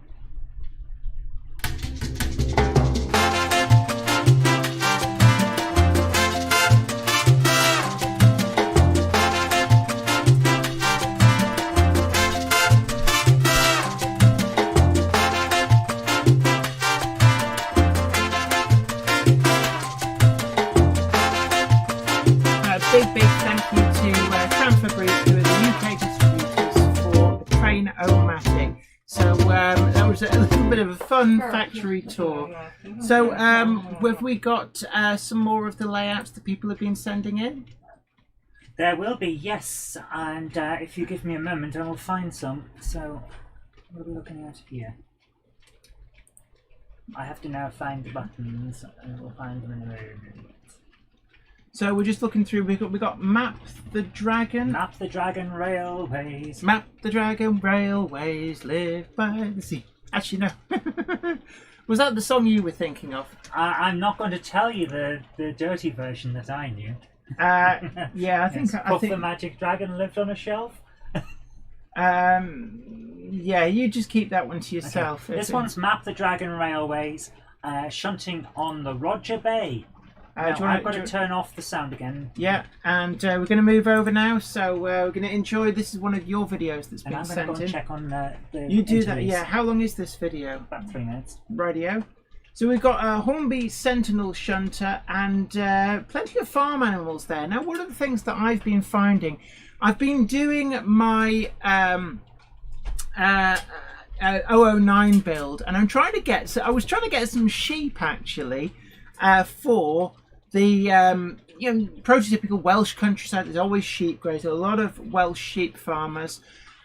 And can I get them? Can't get them for love no money. The model scene sheep are out of stock. The Pico ones, Woodland Scenics, couldn't find any. Hornby ones, I've used the Hornby ones in the past, and actually up here on Weir Yard, I've got about 20 or so of the Hornby sheep. I really love them. They're really, really great. Can't get them for love no money. And I think it's a good sign. I think a lot of people are doing a lot of railway modelling during lockdown, but it's just certain things do seem to be selling out. So it's just nice to see that assortment of farm animals, because I'm looking at your sheep and thinking, ooh, I need some more of them. But I'm just trying to see which loco that is. Is that a Ginty? It's hard to tell just at that angle. But we're getting some great shunting action. Ah, the low down shot. No, it's not a Ginty. Is that I think it's a 45XX prairie tank. And there's a lot going on this layout. A lot of road vehicles, trees. This is a good, fun layout. Though it might just be the camera's focus, but it looked like the train had just caught that signal cabin. You've got some quite reliable running as well across those points. Sometimes it can be an issue. I find points are always the Achilles heel of a lot of layouts, but that's working really, really nicely. So we've got the station platform there, and do I spy one of Annie or Clarabelle there?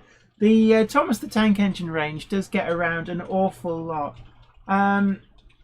Sure that's... Oh no, that might be the 280, the 42XX or 52XX from Hornby. I think it is, yeah. 5205 says Guion Rhys Davies. Tim JD Dowd says GWR 42XX 280. Well, I know it's either 42XX or 52XX. I'll be honest, without seeing the running number, I find it impossible to tell those two classes apart. I do know that the almost similar looking 72XX, the giveaway is it's got the slightly longer bunker and the extra pony truck on the back, making it a 282. Indeed, the only Mikado tank locomotive in the UK, whilst it was a much more common wheel arrangement elsewhere. It's certainly the case, and thank you ever so much for Map the Dragon Junction for sending that in. It's certainly the case that in the UK, there was a P1, P2 from the LNER, and then the 72XX from the GWR. I'm not aware of any other uses of the Mikado wheel formation, but of course very, very popular elsewhere around the world. Evening to you, Andy Ambrose. Map the Dragon Railway says the Clarabelle is all I have left of my first ever train set. Now, I never had Annie and Clarabelle. The only Thomas the Tank Engine that I actually had back in the day was Percy. I was a big fan of Percy, and I couldn't even tell you what happened to that locomotive. I can remember I bought it from Boydell Models in town, and I saved up and saved up. But, right, let me just try and get up on the screen. Right, I can now see what camera angles we've got going on. But don't forget to like, share and subscribe on the stream. We've still got to come the interview from John Barber from Rails. I know we've been trying... Oh, white chocolate. Yes, you did. There you are. So, unfortunately, I'm afraid we're a bit of a Betty Boo organisation here. We've had a little bit of a delay on processing the video, so we're still processing it. Talk about seat of your pants. But can we set up another one of the videos that's been sent in? Absolutely, doodly.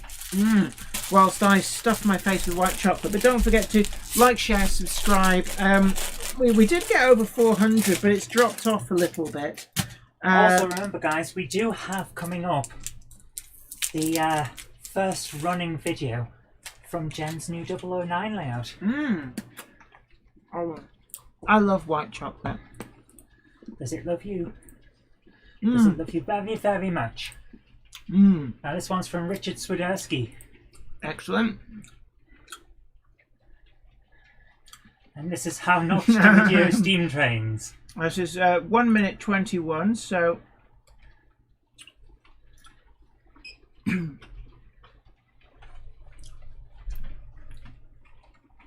I do love white chocolate.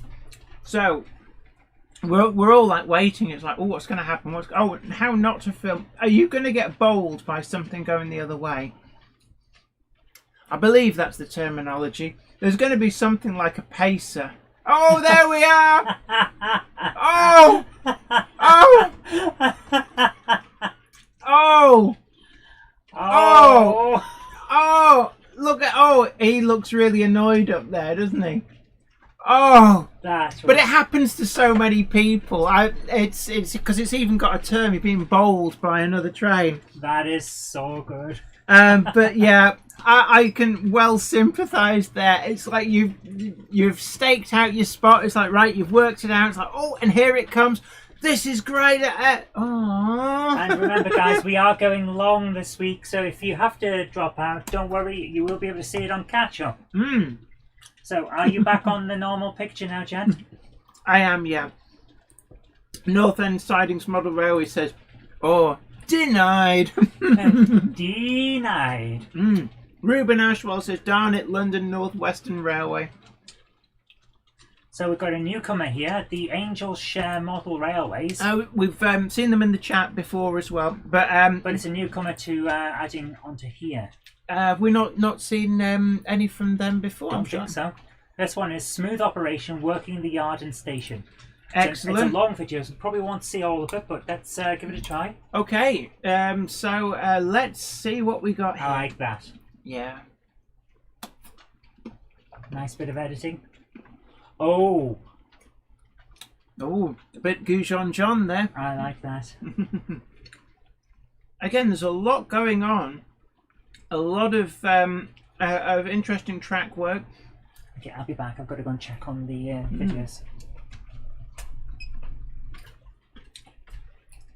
I love the distillery in the background. That building is amazing. That is a lovely building. I do like the distillery. I don't know if that's scratch built or a kit, but it really does look nice. Richard Swiderski says, thank you for showing my video, Jen and Zoe. Absolutely welcome. Thank you ever so much for sending it in. Ben's Valley Railway. That's like the one of the stadium being blown up and a bus stops in the way. Yeah, I've seen some of these videos. It's like, and you spend all the time. You get there early, get yourself a good spot, get all prepped, and then something unexpected happens.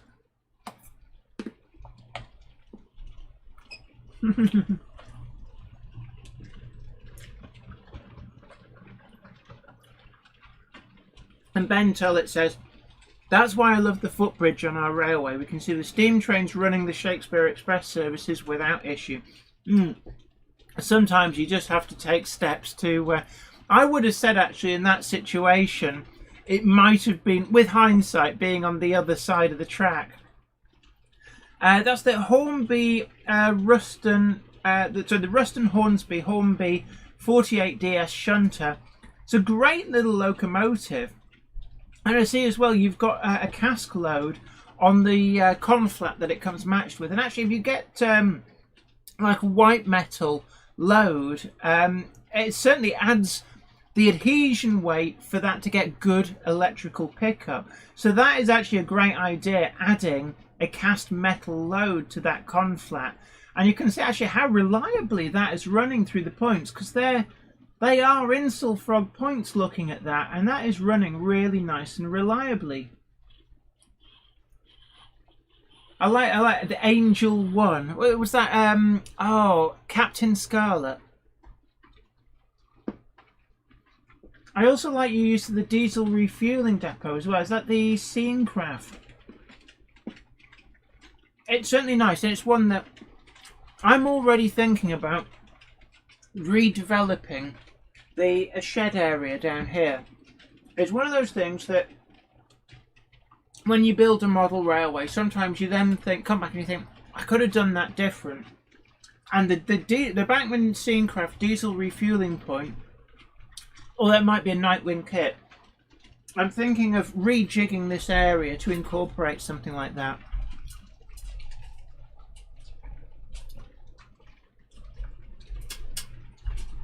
McBenman1 says, hi Jenny, please can you put an engine on the turntable? There already is an engine on the turntable. I don't know if people can see past me there. Probably not. If I turn the... if people are watching me on like 80 inches of plasma, they'll see it. If people are watching you on 80 inches of plasma, then my goodness, they'll see all those pores. And they probably also see the thing came up that you just plugged the thing in. There's nothing we can really do about that. So there, we've got a full rotation. That's actually an A4. I think it's Miles Beaver. This is a gorgeous layout. I'm loving this. I love that whiskey distillery. Well, you would, wouldn't you? Sid Vicious is obsessed with shunters, and why not? Really great thing to be obsessed with. I've just seen the pop-up turn up, so yeah.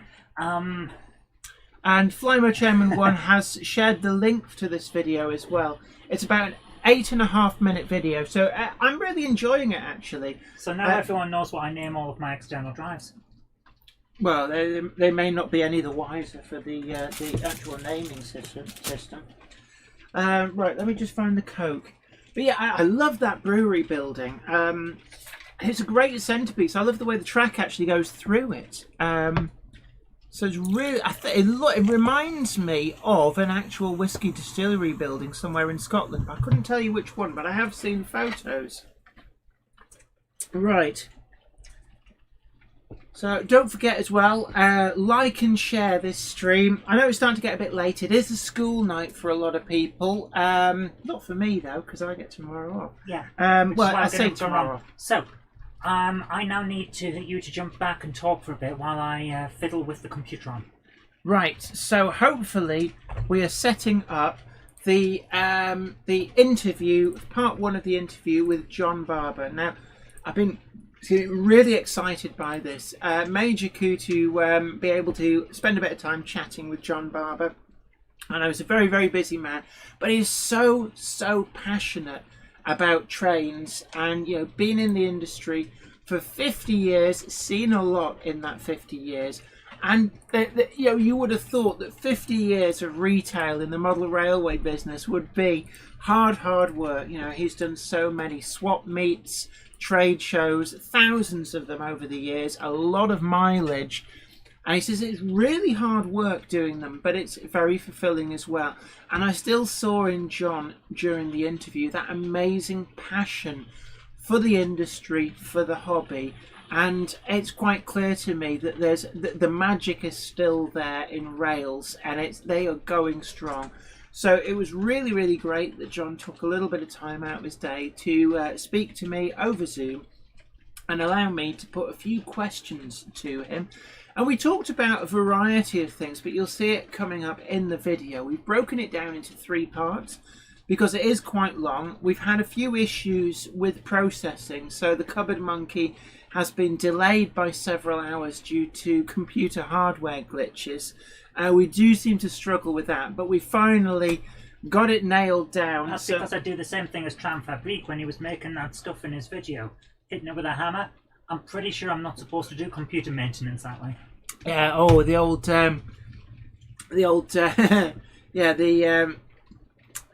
percussive maintenance. Yeah, the technician's toolkit. Right. Richard Swazersky as well, loved that layout we just showed. Panda's Lego.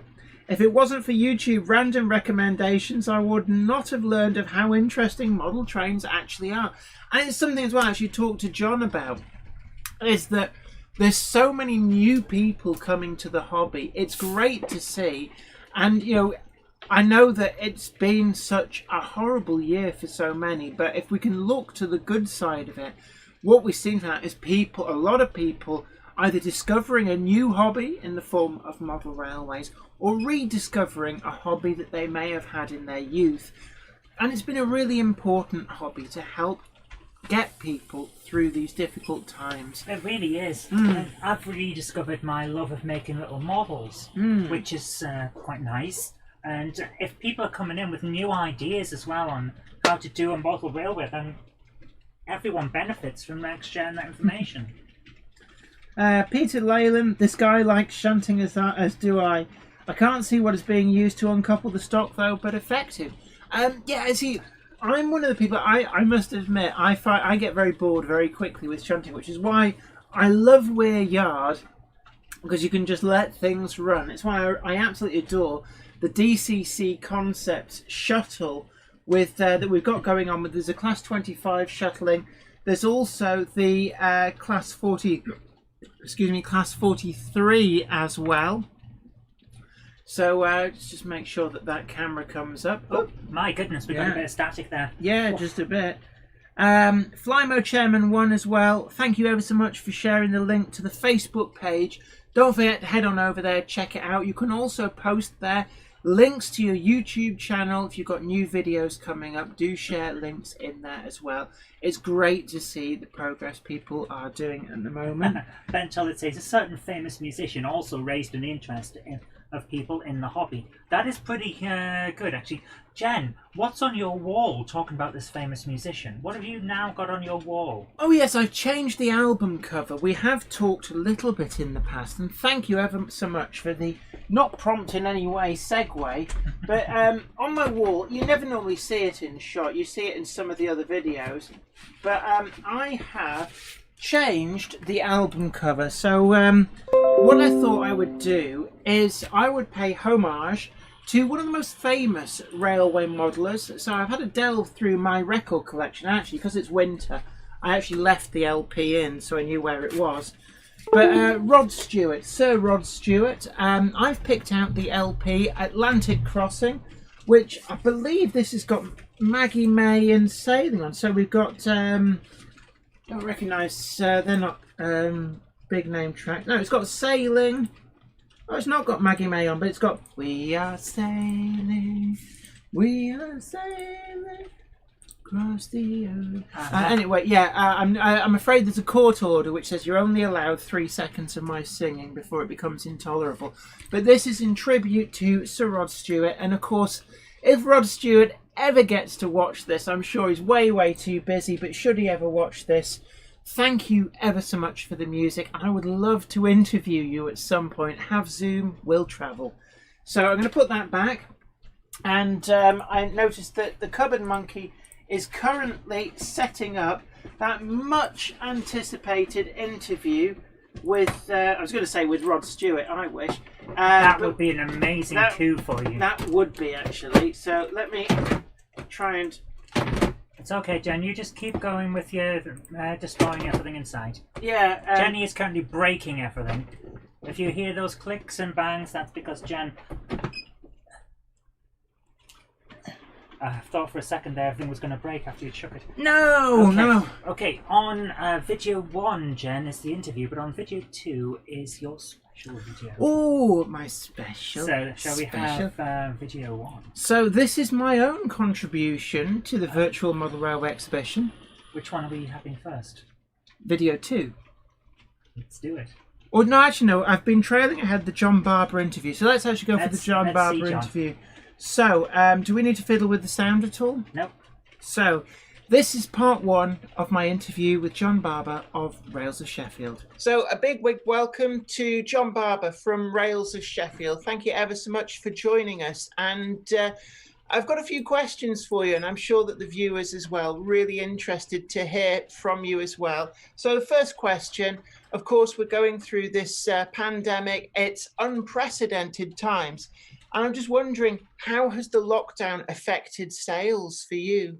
Well, our business has increased, so although it's a really negative thing that's happened to the world, from Rails' point of view, business-wise, it's really increased. And in some ways, I'm glad that we've been able to provide the mail order service as normal, and even the counter service for a time. And of course, there's been a lot of people isolated, especially people who are retired and, find themselves not being able to venture out at all, so at least it's been a getaway for a lot of people who are basically housebound and, they've not been able to get out.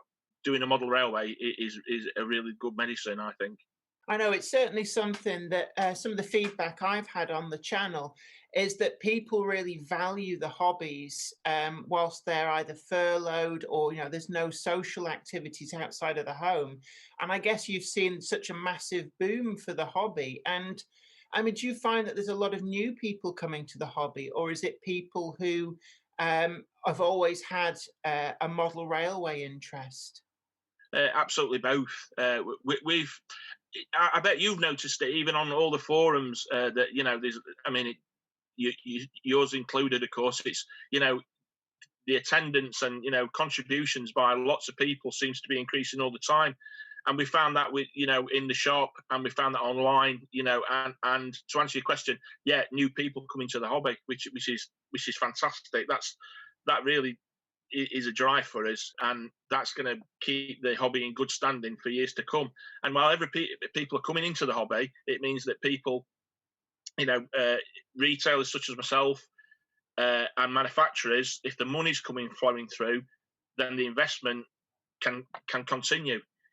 It's as easy as that. If we as a retailer depend on people spending with us. If that stops, then we have to radically think about what we're going to do. It's the same with a manufacturer. So this is important, and to get the support from modelers, who will sort of actually get the wallets out and spend with us. It's very, very important. That's the lifeblood of the hobby, really. You can do modelling on a budget, and you can spend hundreds of thousands, or you can just spend, a few £100 or even less than that. And it's important that we recognise there's a place for everybody in the hobby, I think, and it's good that there's a true community. It's a true community spirit, really. I think that it shines through. There is, of course, some negatives. There always will be in any field of life. But what we find in modelling is that we really do see the best of people rather than the worst, and that's great. And also, this is your 50th year as well for Rails, and what a year to have a 50th in. But you must have seen so many changes in the industry over those 50 years, and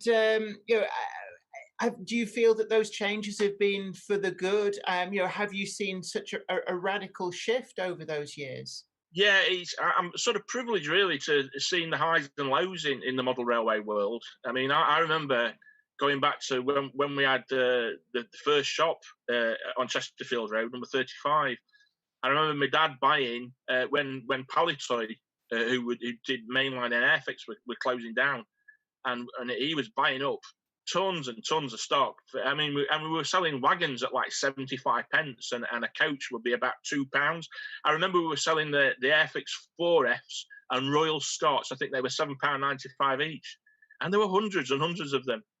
And that was good because people were getting bargains, but it was sad as well because it was the demise of a manufacturer on the market. And then, of course, really, for a long, long time, there was sort of Wren and Lima, and Hornby was obviously the dominant presence, but things didn't really move on for a long, long time. And I think probably the biggest turning point I can remember is really when Bachmann came on the scene, Bachmann Europe. And Graham Hubbard started. I remember the V2 being announced and things like this. All things that have been rumoured that mainline were going to do back in the day, and they obviously never came to fruition. But that was a real turning point. And yet now you look back 25 plus years with Bachmann's Europe's history, and you look at the V2 and you think, yeah, it's a good model. But I've seen the new toolings for the new V2, and it's like, oh my God, it's so even in that span of time. This is what's happened, and I suppose now what I'm thinking is how good can models get? How far can we go? And I think that I don't think we're too far off.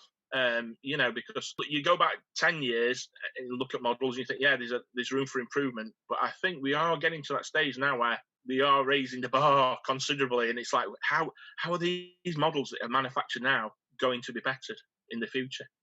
Yeah, I can remember when certain models came out and we thought, wow, how can models be getting any better than this? And you look back now and they seem quite primitive compared to models that we're now seeing coming to the market. But at the moment, I want to turn to Rails is quite famously a family-run business, which is becoming quite a rarity in the business world. But how important have you felt being a family-run business is for Rails and continues to be?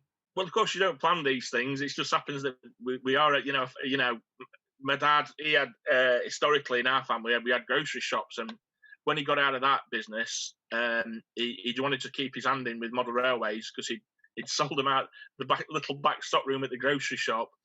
And so he just rented a shop at Chesterfield Road.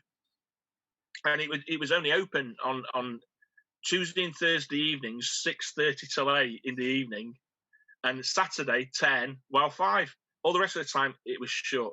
And of course, we did a lot of toy fairs and things like that for years and years. And God, the thousands of miles I've travelled up and down the country, meeting people. The good thing from that now, a lot of those people I still deal with, even though it is remotely.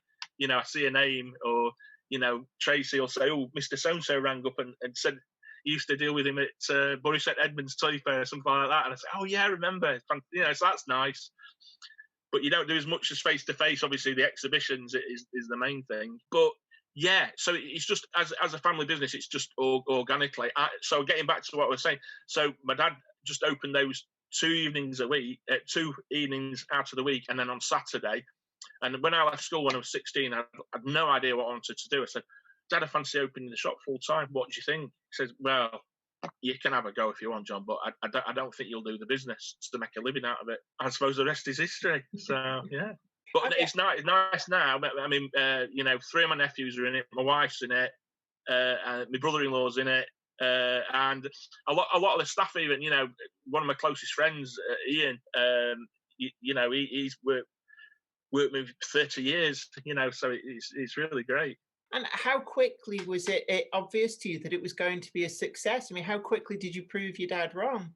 Oh, it took a long time, and there was ups and downs, more downs. You know, there were times where I just thought, "Oh my God, where am I going with this business?" And you know, it was good, and I did earn a living, but it was hard work, and it seemed that sometimes the harder I worked, the worse I did. So I was like, oh. But I think, you know, definitely, you know, as things. I don't know. I got a bit of a following, you know, and that's where I got sort of my customer base and a loyal following. So then things got a little bit easier then. And I think it's obviously with mail order, because when we started doing mail order and not just relying on toy fairs in the shops, that was a real game changer. And then going back to about 2000, of course, that's when we got into eBay as well. And then it's just the whole emergence of, you know, we've been, you know, upgrading the website, more adverts. So I suppose we totally rely on the hobby, though. You know, if we'll probably flourish as long as we keep doing what we're doing and doing it well. Hopefully, we'll flourish. But of course, it's only when the hobby's flourishing as well, you know, and people need us. So we never lose sight of that fact. And you know, I think being a family business, you know, and not looking at the business like off a spreadsheet so much, but actually where values are. And you know, we provide jobs for a lot of people now. You know, with over 30 people working in the business.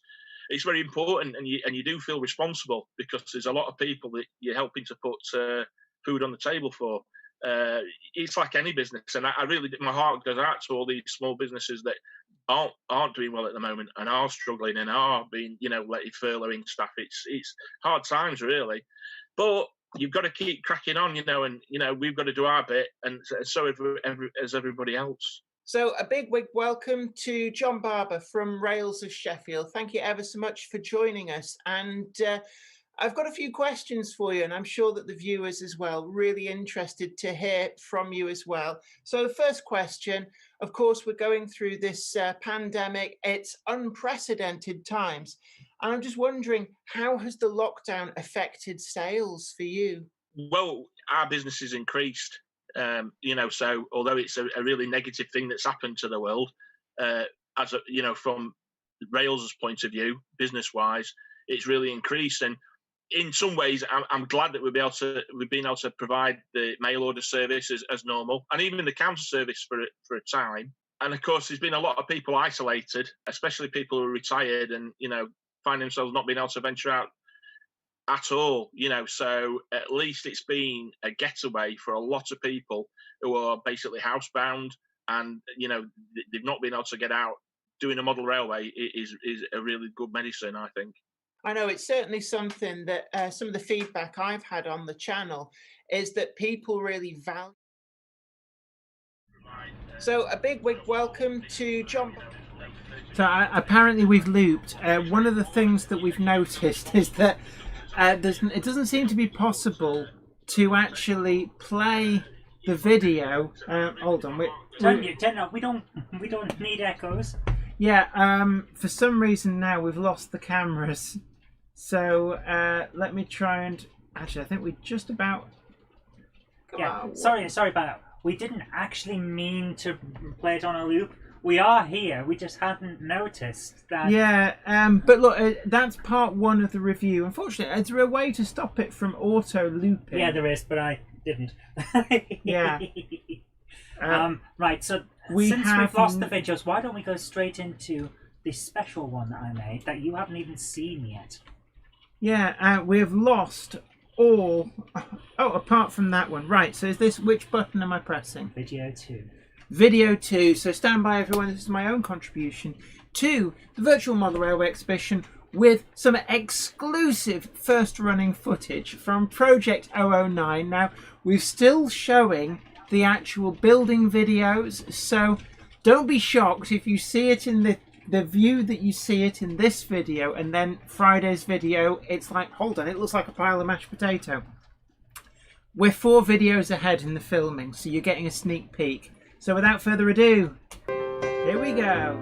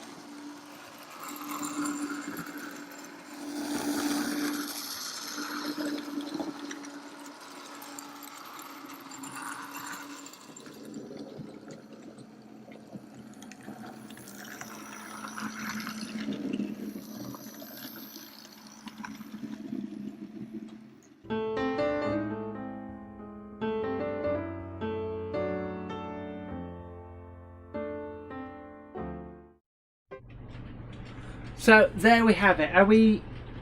Yes, I've reappeared. So that was Potato Mountain. Miniatatis, I think it's pronounced something like that. I just butchered my way through. Patrick Webb asks, who's the manufacturer of that German-looking loco? That's a Roco locomotive. A Roco loco? Yeah, it's from Roco. It's an older model, and now is not a good time to be ringing me when I'm on the live stream.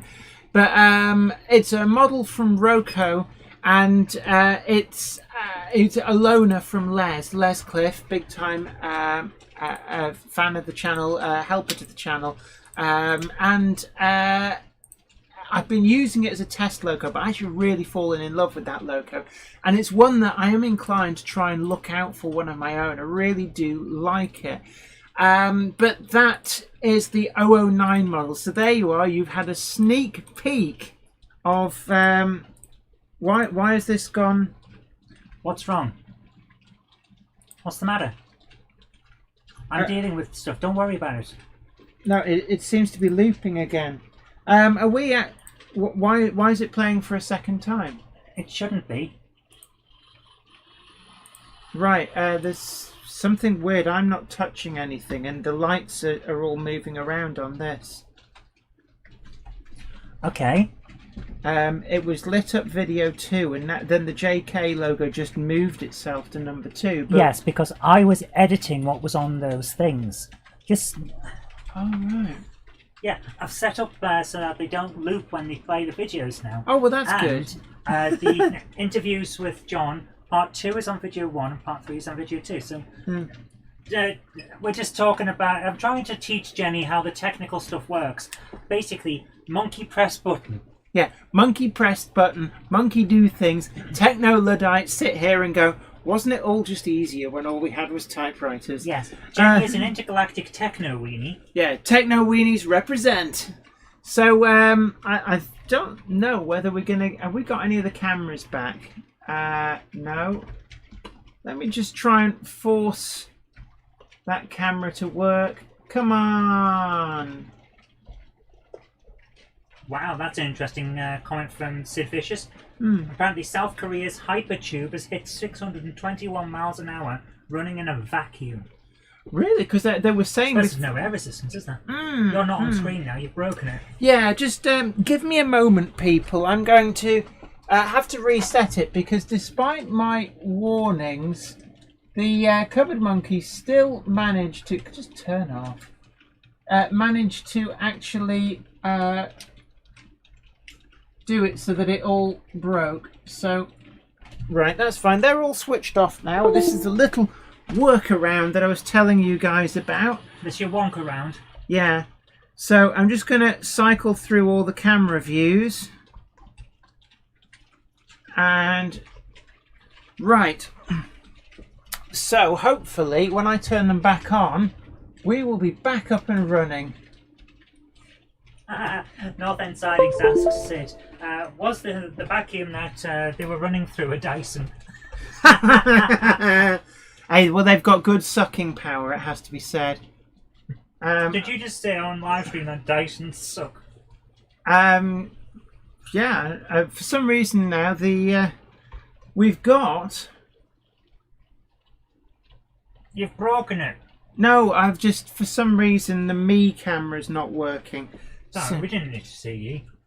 Yeah, so what I've got to do is... I think it's this Can you one. remember which one's which? I'm going to pull it out. Oh, no, not that one. Yeah, not that one.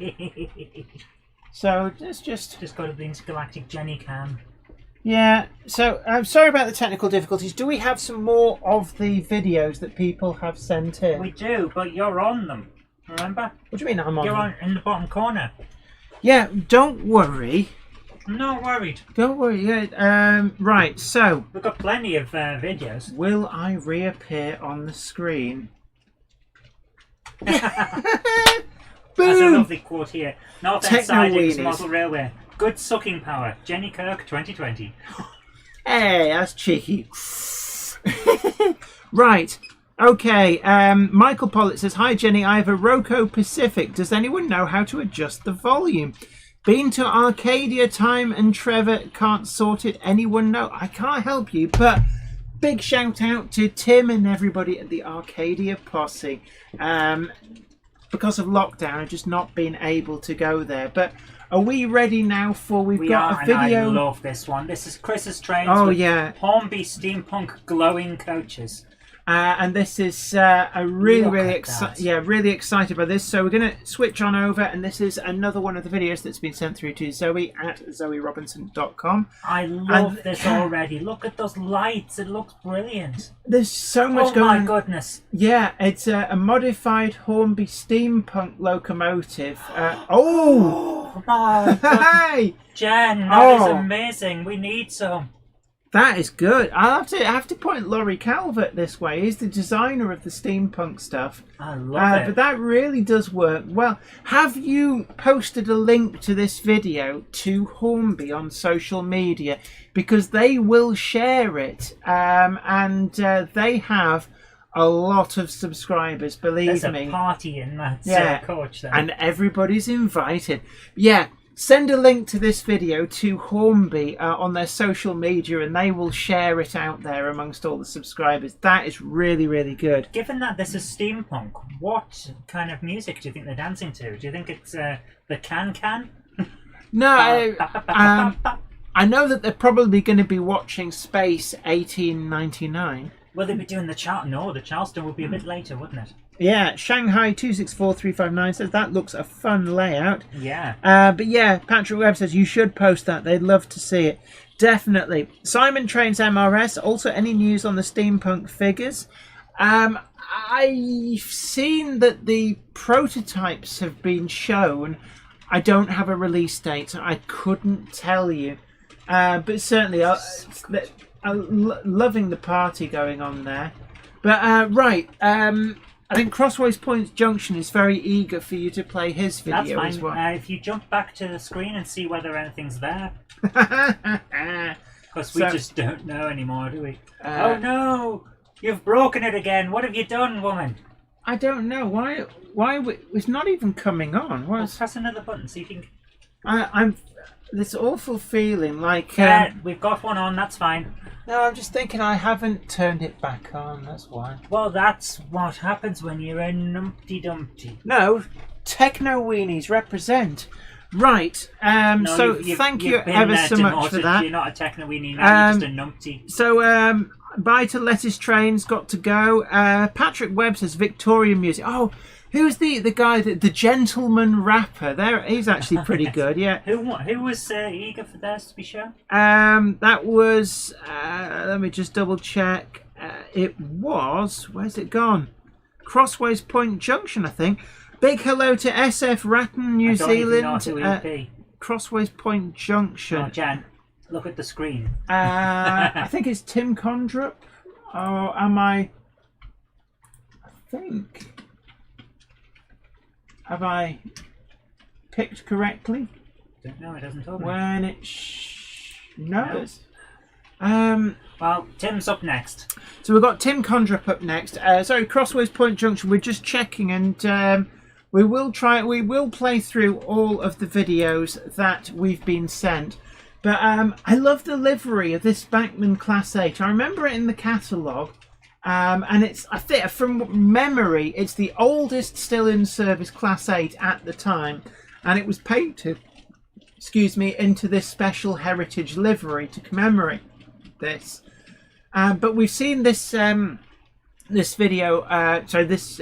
channel, Tim Condrup, quite a few times. He's a regular. Yeah, regular on the channel. Always appreciate catching the updates. But I think it's a Haverhill or something like that was the name on the. Oh my word, Hornby Collectors Club. That's a big sign. Where'd you get that from? It says "Gronk it up" and yes. Gronk it, and you shall be provided. So, our people been guessing where the TARDIS is. Yeah, TARDIS seen August. Has Garthian gone to bed? Because I haven't seen a comment from him. Maybe he's letting other people have a go. He might be, yeah. So, the Shark Brake Van. That's actually a really great model that Hornby brought out. I do like the Shark Brake Van.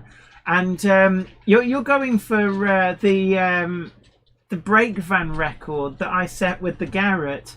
And I love brake vans. Brake vans are just really, really fun. They're not as good as Gronk's. But a Gronk pulling a brake van train, now there's perfection. I see as well you've got the Network Southeast double pack as well. I love that. There's something about Network Southeast brake vans I do like. I'd love to see Hornby produce the Stania brake van, but in the Regional Railways livery.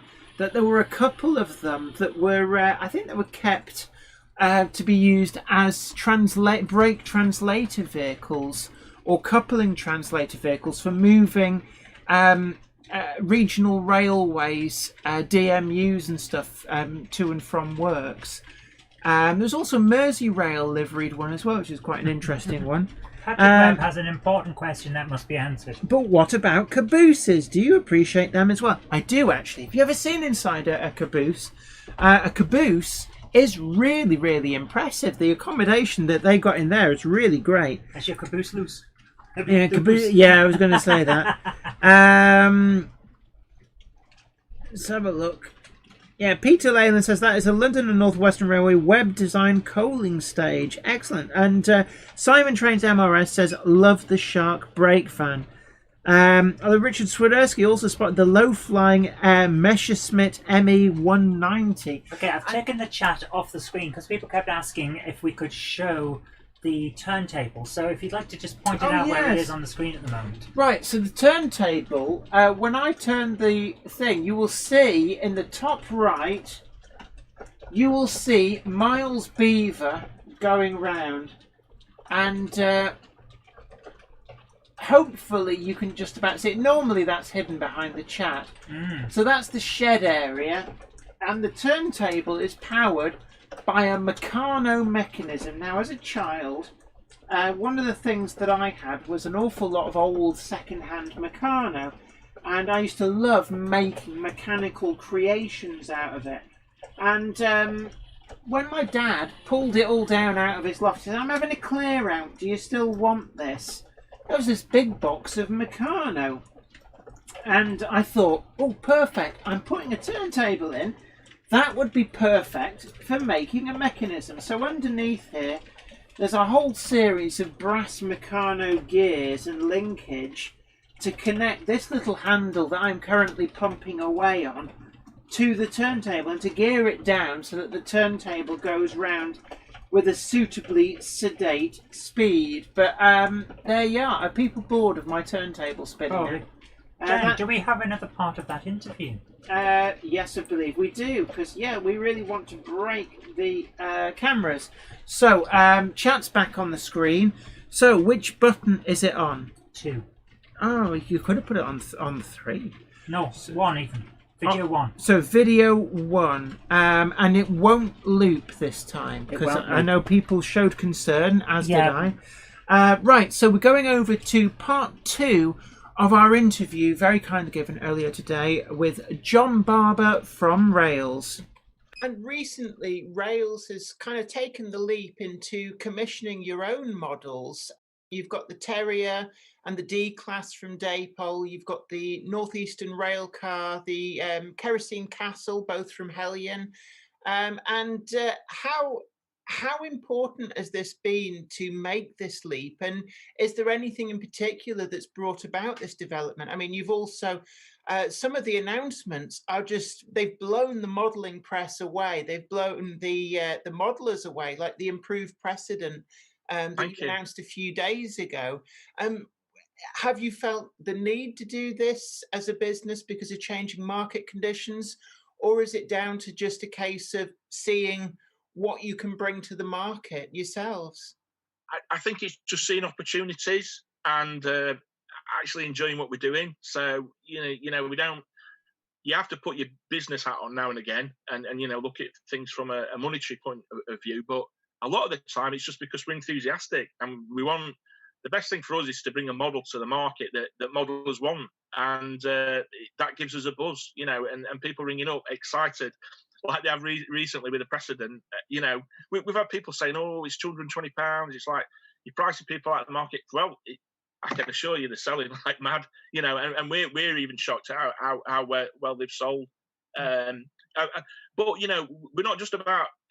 Unfortunately, the retail price is the retail price. It's not like we're making any more money or doing any less work or anything like that. It's just a fact of life. And I suppose if people stop buying it, then everybody will have to have a rethink. But at this moment in time, the people will have to get used that we've now broken through the £200 price bracket. But then again, look at the quality, so it is, these models are stunning items, and you go back to like when the National Railway Museum, they did the with Rapido, the Sterling single. I mean, it's a work of art.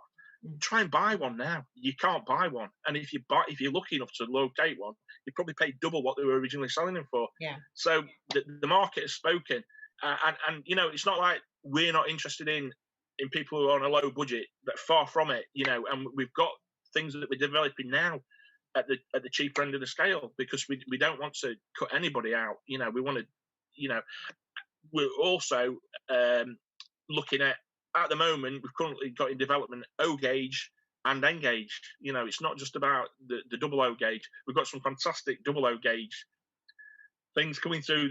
Absolutely, I wish I could tell you because I'm terrible for keeping secrets. But I suppose it's one thing I've learned is probably it's better to get things where they're just past EP stage even. Where they're very advanced. They're virtually going into manufacture, then do the announcement. I mean, there's one product that, all being well, will be coming out first quarter of next year. It's not been announced yet, but we're crossing everything that we can do that, and I think that's going to be a really exciting announcement, and I can't wait. But we're just hanging on, and we'll as we get a little bit further, we'll be making that announcement. So when you're looking to commission a new model, what is it that you look for in a prototype to decide to make it in model form? I think we probably try and go for the things that are not, you know, massive sellers. We don't particularly want to step on, like, you know, Bachmann's toes or anything like that. So we're going for things that we probably try and look at things that wouldn't get manufactured. You know, the things that you would probably have to buy in kit form historically. You know, now we're thinking, well, actually, there's probably enough people would want it who don't want to build a kit or have one built for them. And yeah, and probably we're looking at the eras that have not really been catered for before. You know, going back to the early stuff, to the Victorian times, you know, it's not really been well catered for. And it is a lot more limited market. But what we're finding is, as with the precedent, there's a lot of interest. And now and again, people just want something that's different, you know, just for a change. It was we found when it's another topic, but it's similar. When Wren in the 90s shut down, there was a lot of Hornby 00 collectors who traditionally collected just old Hornby 00 die-cast. And all of a sudden it's like, oh, I'm going to start collecting Wren now. And there was a big, massive resurgence in Wren prices and things, and going up, and they become very collectible. So I think now and again a collector just wants something a little bit different, and even if it's what do they call it, Rule 1, you know, even if it doesn't actually fit in with the layout, it's just, well, I've got to have one of those. It's you know, it's exceptional. So that's where we tend to be, you know, something that people wouldn't necessarily think would get produced. We like that. We like to surprise people. I know it's something that I remember talking to the Bachmann rep when they brought out the C-Class in that very, very pretty Southeastern and Chatham Railway livery.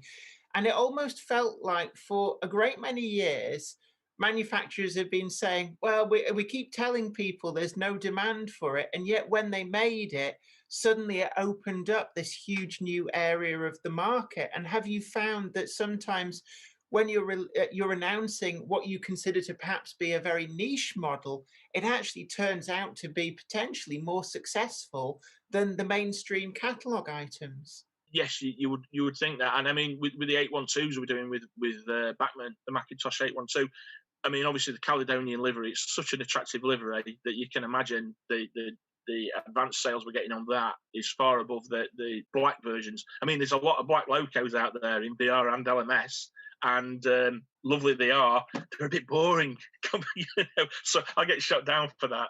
But you know, when it's just pure black and nothing else, it's good. But you know, just now and again, a hint of colour is nice, you know, or some lining and things like that.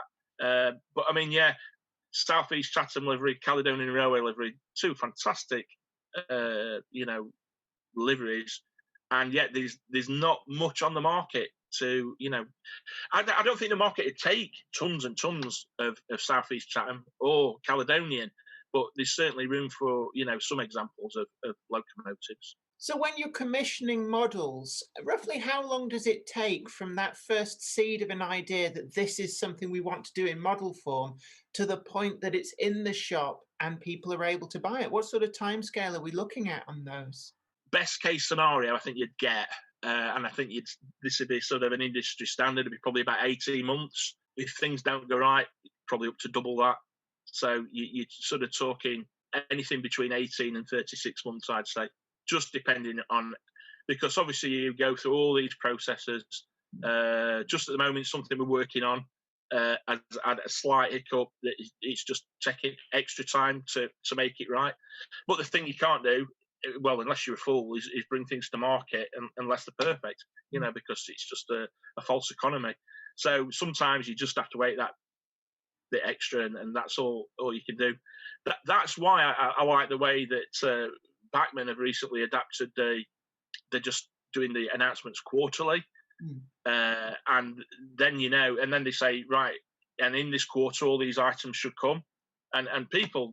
I was not a fan of the idea at first, but I really am now, because you know, I think from model's point of view, this anxiety to get, oh well, I might put my order in now and it might be 3 years away. It's gone, you know, so people can think, well, actually, I know that's coming in the next 3 months. You know, and it's, and from a retailer's point of view, we're finding we're getting a lot more orders because people are more confident. Whereas it's sometimes, I think a lot of manufacturers have been guilty at some stage of announcing things and it not coming out for a long, long time. Which there is reasons, but obviously we, as Rails, we're sort of lucky that we're not having to put a whole catalogue together. We're not having to put a range together. We're sort of essentially cherry picking the things that we want to do. So all our efforts go into those few items. Whereas I can imagine, putting a huge range together, wagons, coaches, scenery, locomotives, controllers, it must be hard work.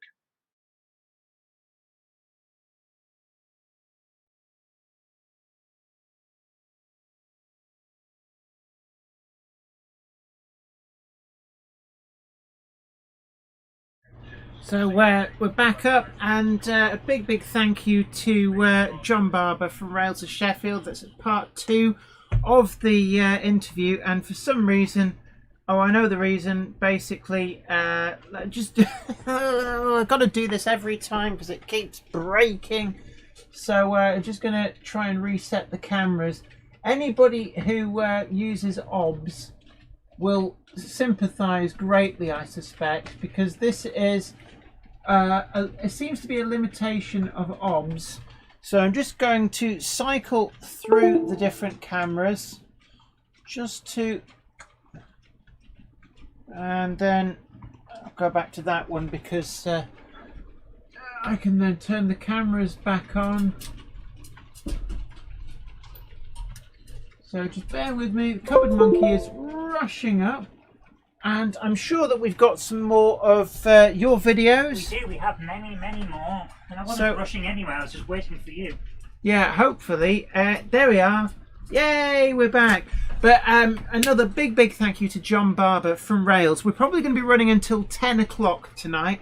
An extra feature-length Monday Club. So we can fit in all of these videos that we've got. But a lot of people saying a great interview. And yeah, it was absolutely amazing to be able to interview somebody who's such a big figure in the hobby as John Barber. So what we're going to do now is we've got some more of your videos sent in. So so this is Ron Stanbridge. We yes, definitely recognise the name from the chat. So we're looking at, this is the 70,000 Britannia from Ron Stanbridge. So we're just getting this queued up now, and then we're going to go over there now. And are we ready to go? Okay, so I've turned the sound back on for this one because apparently it has sound. So, oh wow, let's see how and look, some nice Hornby 00 girder bridges, although a bit sacrilegious to put them out in the garden. Oh, that class 121, I've got one of them. That's the Daypole one. It's a you great have one model. of everything. Yeah, probably do. This is, I love a garden railway, and that's the Britannia, I'm guessing. But a garden railway does allow you to have some really good prototypical length trains. There goes that little class 121. Those Hornby 00 girder bridges, it's a shame in fact they're not any longer in production, because they were just, those bridge sides are so versatile. I mean, I've got this, what do you think these are? Don't hit it too hard, you've got a train coming in. Yeah, no, but it's the Hornby 00 girder bridge. Those came from a junk shop. They were always in that condition, which is why I had no qualms about making liking this chain link thing it's got going on. Yeah, it's like a suspension bridge. It's a lovely garden with the pond and everything. So a big siding's not a railway, says it's lovely, but he fears a railway garden around his area would end up vandalised or stolen. Yeah, we know it. Yeah, I mean, it can be a risk, but as long as you take the adequate precautions, don't leave your stock. Are we going to get that? Oh, have we? Apparently, it's decided to break again. The cameras didn't like you tonight. Yeah, are we going to get any of the cameras? There you are. Yeah. Well, we'll manage without that. That's a lot But a of big, big thank you to Ron Steinberg. Says, yep, Jenny, that was the Brit that was on GMRC. Ooh. So they do get around, and it's a lovely garden, actually. I almost pressed exit on Ops. You don't want to do that. No, we're still trying to run the group. But we're still looking for Crossways Point Junction. Said that they've sent one in, and we're going to try and find that. So we will try and find your video if it's been sent in and received. So we're going to work through all the ones we've been sent in. This next one comes from Cheshire Lines. It's actually quite a small channel, but I always look forward to seeing some of the new stuff that's coming through. And right, this is Cheshire Lines Port Weaver. If you want to make that full screen, Done. and let's go. I like the way he's done that title. It looks like a kind of high priced gin. Oh, I like your back scene. Back scene and pictures taken across the Mersey towards Runcorn. Oh gosh, so you're scratch building your own ship. Oh my goodness. Oh, I see. Oh, that is going together nice. Wow. And this is, see, scratch building stuff like this, I can't do it. I've tried, and I'm just, scenery I'm good at, but scratch building buildings and structures like this, I just wouldn't be able to. But that is so nicely done. Lady Galadriel. Oh. Were you saying that like what is Galadriel? She's from Lord of the Rings. Oh right. So and again, it's what I always say to people. I love to see the construction pictures. I actually recognise that view. That's taken from looking across from where the M53 motorway is, I think. Right, so you're getting the cobblestone base for tramway. You've got the that Bachmann Scenecraft Brewery there. Actually, that does look good. Oh yes, sir, I salute you. That tram track is really nicely done, and that is I keep meaning to. That is on my hit list. That particular Hornby W4 Packet in Port of London Authority Blue. It's number 74. It is a lovely loco, but that is coming together really well. Your back scene really does make it, and I like the way you've got that little bit of water visible. So as you see there, you've got your dock side right up to the wall to the back scene, but you can see there it doesn't look like it's missing the river. It really does work, and it gives water. Wow. Yeah. And the thing about that is, if you see there, look, it looks like there's a river and everything. The back scene makes this layout work. I also like you've changed the sign on the building there to fit in. Yeah, your back scene really does make it, and it just shows how good use of space you can do with stuff like that. So yeah, I'm really impressed actually. It is a very nice layout, and that scratch building. Yeah, the ship I am very impressed with actually. If you hadn't told me it was scratch built, I wouldn't have thought so. It is commercially nice. Produced. Really, really nice.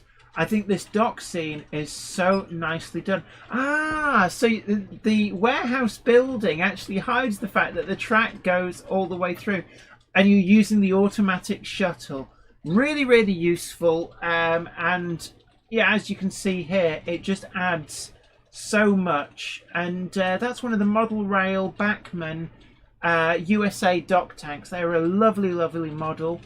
With the Bachmann triple pack of Taunton Concrete Works sand tipplers, which I've got a pack of them as well. I do like the weathering effect on them.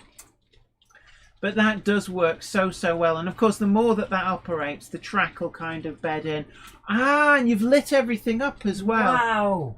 And you've got lighting on the ship as well. And there's something, whenever I've been going to the William Wright dock in Hull with my day job an awful lot, and I'm often there at night, and the ships that are parked up, you see all the light coming through the portholes. It really is a lovely sight, and it's something it's nice to see you captured that so well in model form. Right, so have we had that one, Tim? I'm just quickly checking.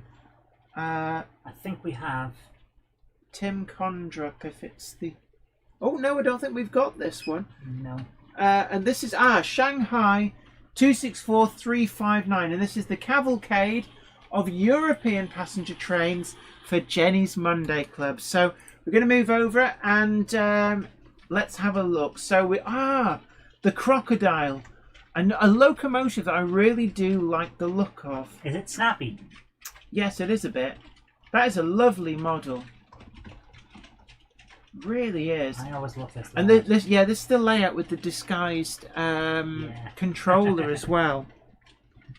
If somebody's able to drop a link into the chat for the last one, or would you be able to, Cupboard Monkey? I'll have to find it. Right, I love those coaches as well. And as well as I said, a lot of the overseas stuff I do find very, very interesting. And I'm actually quite tempted for Project 009 to actually get some European outline narrow gauge and run that on it as well. Gareth Cumming, wow, how things have changed in the 35 years or so since I used to salivate over the Hornby and Lima catalogues, realising that things never got any better than the Bachmann Class 56 in PR Blue. I think the Class 56 was Hornby. And definitely Flymo Chairman 1. Send video links only as its URL to Zoe at zoerobinson.com. And the Cupboard Monkey, aka Gamehammer Classic Gaming, is just sharing some of the links in the chat as well. North End Sidings Model Railway, that looks like the robot monster from Loch Ness that destroys a house on the old Danger Mouse cartoon. Danger Mouse! Do-do-do-do-do-do-do. A double deck train. If you've got the clearance, it's certainly well worthwhile. They look different, don't they? Yeah. Certainly. And I love the back scene on this layout as well. Darren Mould says, please run an A4. Unfortunately, I'm not going to be swapping the locomotives on the track at the moment. Possibly next week on next Monday, I'll set up to have an A4 Pacific running around, because I know it's a very popular locomotive and certainly one of my favourites. We might give Miles Beaver a spin, or possibly one of the other ones. I do have 6 of them. But not tonight. We're going to concentrate now on getting to you the last of the videos that have been sent in. Plus the final part of the interview. Yeah, let's play out the final. We'll play that last because it does break the cameras. Okay.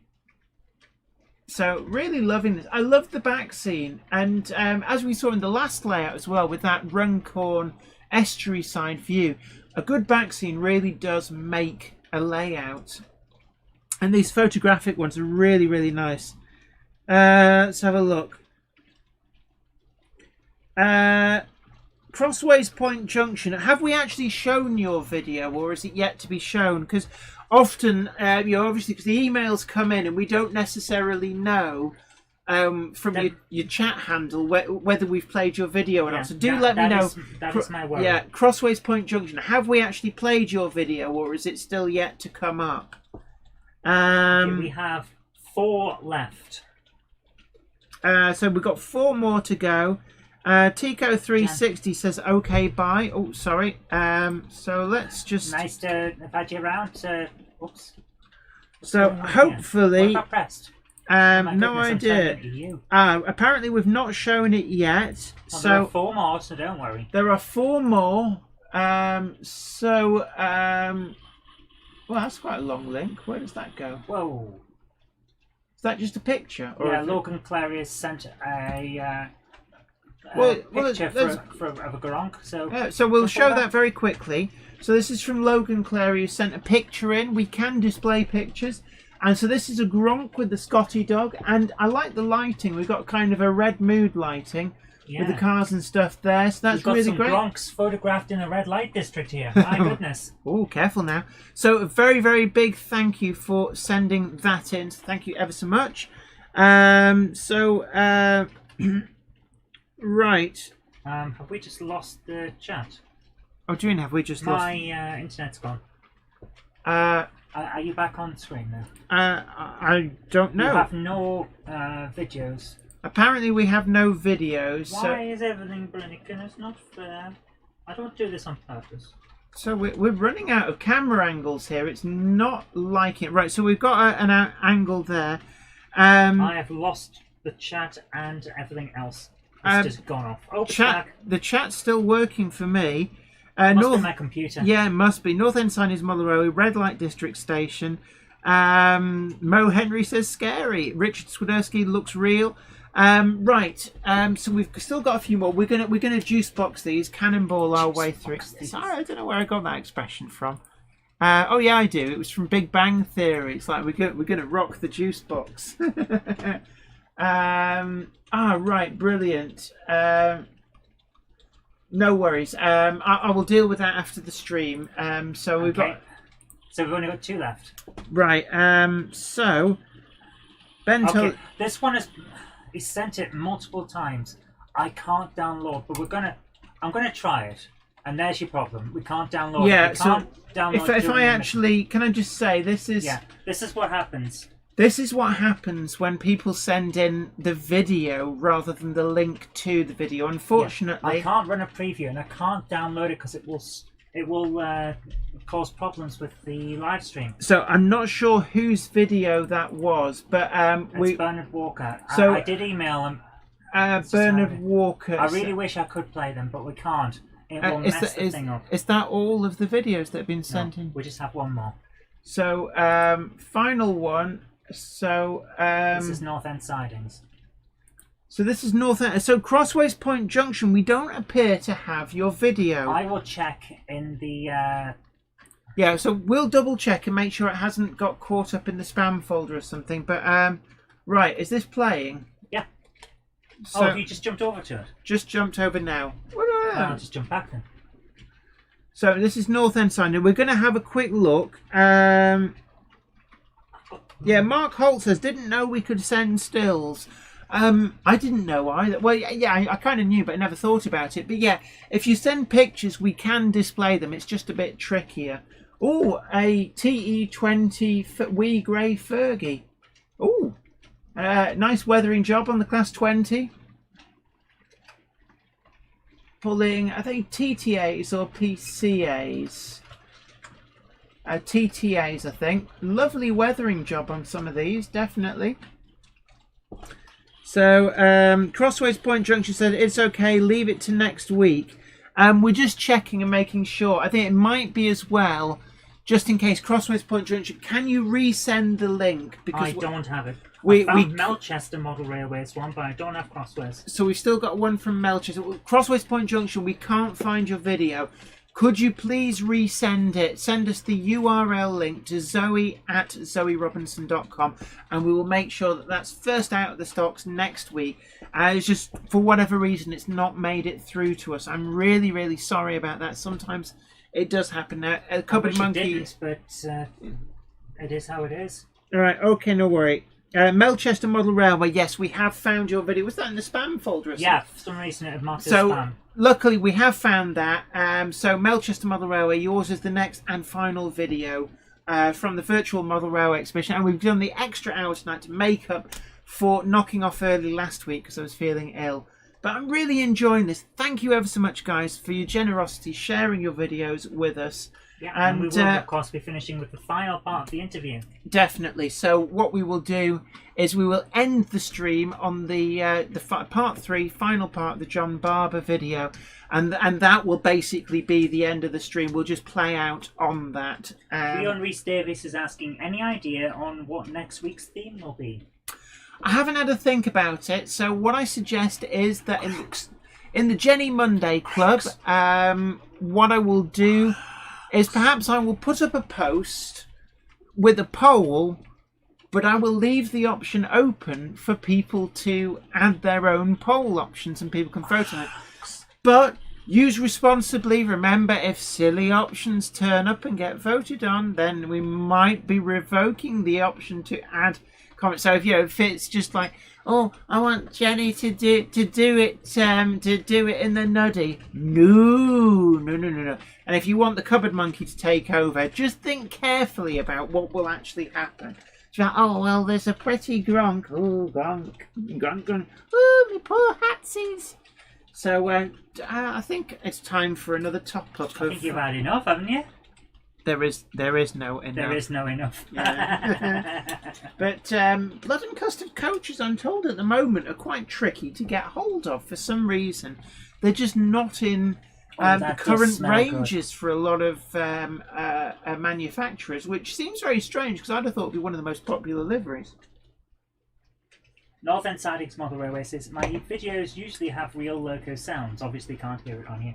Yeah, unless I know that there's one coming up with sound that's specific, then I tend to just leave the sound off. Yeah, because otherwise we're chatting away. Because what you've got to remember is we can't hear the sound up here.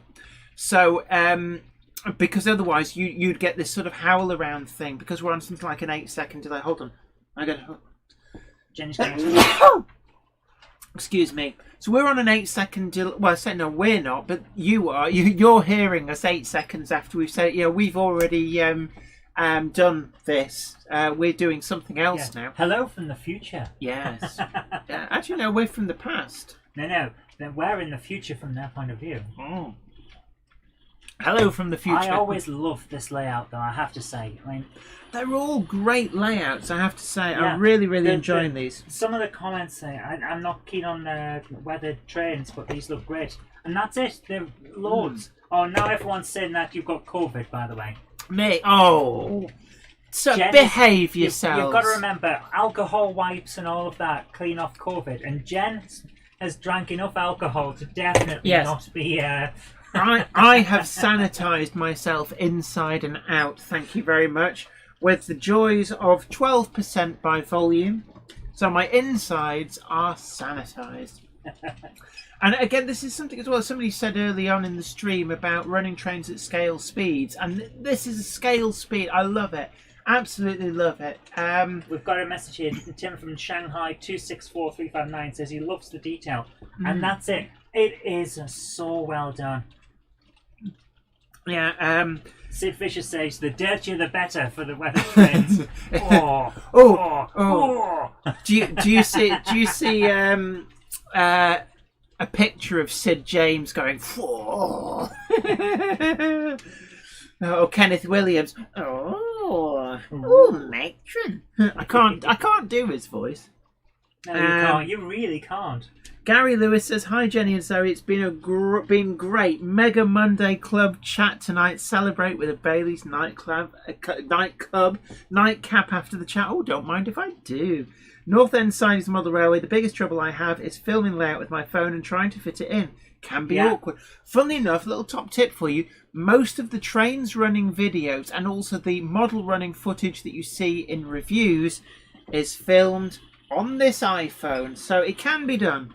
Yeah, the thing to remember is you've just got to put the camera so that you can only just fit it where the train going past, and then you'll be all right. Wamgok's got to head off, but do you want to jump back?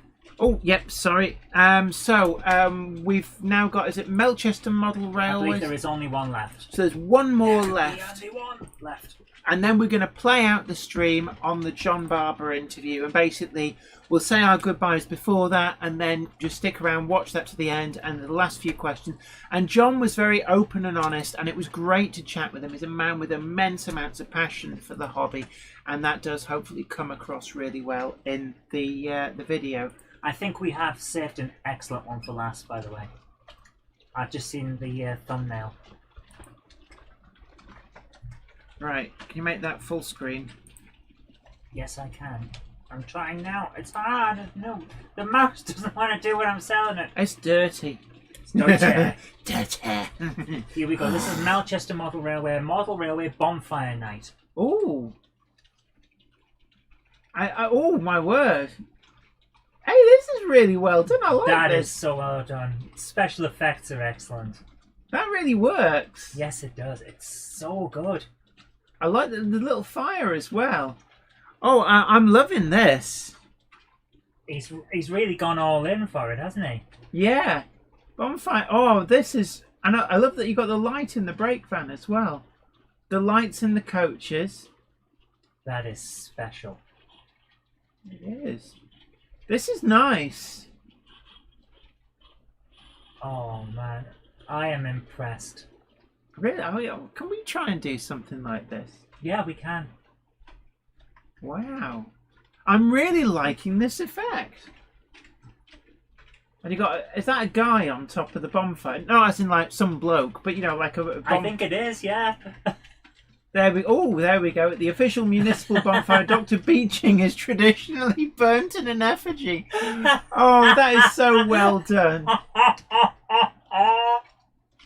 This is you got little models have even got sparklers. That is really nicely done. I'm loving this. This is so much fun. Thank you so much for sharing this with us. So everyone said, "How's he done this?" I believe it's special effects. It's visual effects added after it. I think that's how he's done it. Oh, I'm loving this. Thank you ever so much.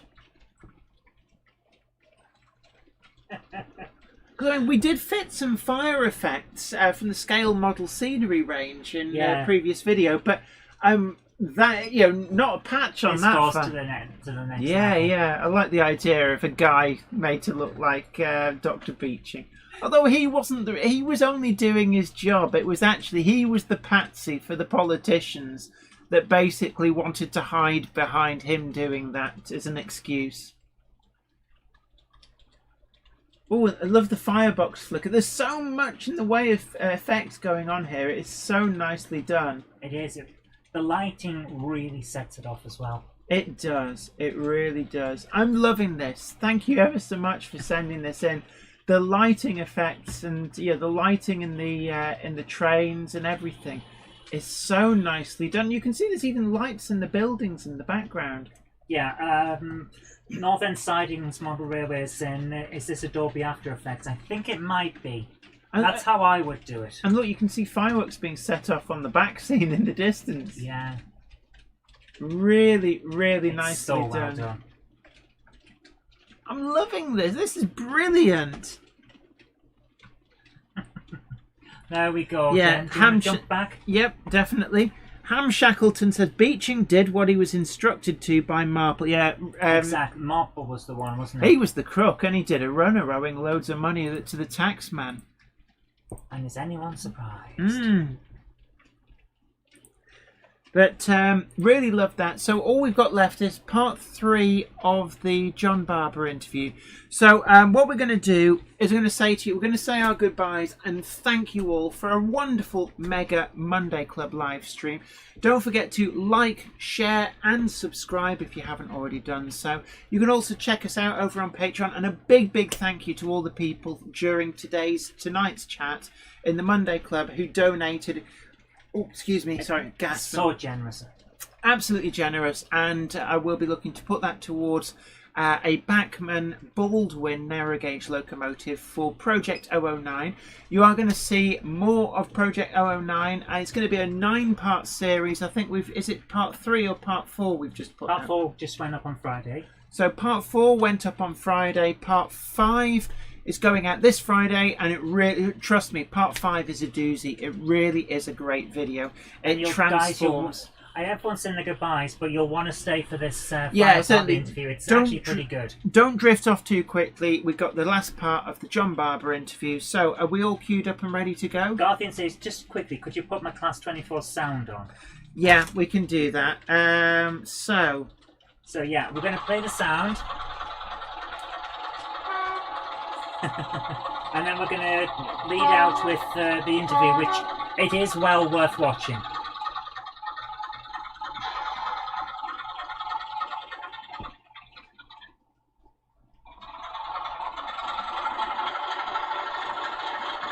That's loud.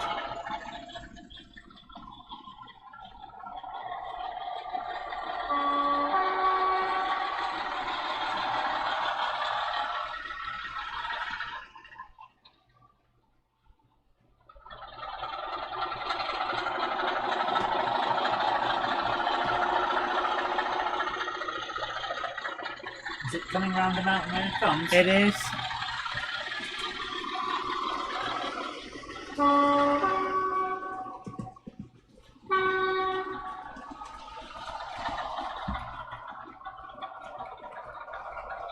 Let's get some thrash.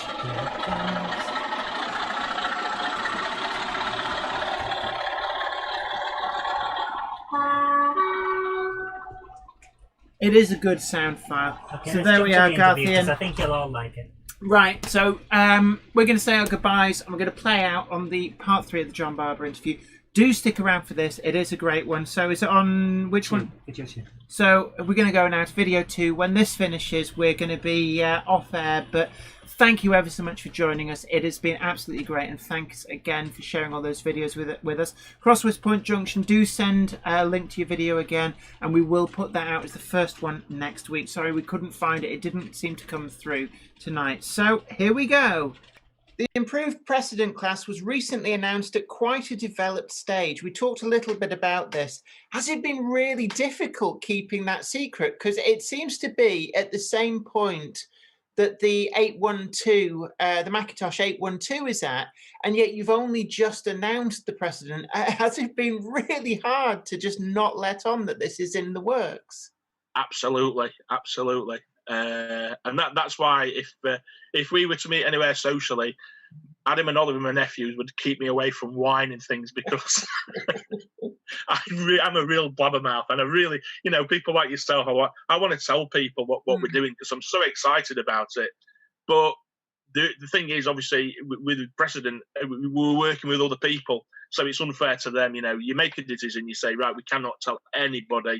And you really have to stick to that. It is hard for me, but I do stick by it. And in the long run, I think it was really exciting, the launch that Hornby magazine did for us the other day. I mean, it was. I wanted to order one myself. It was like, I was that excited.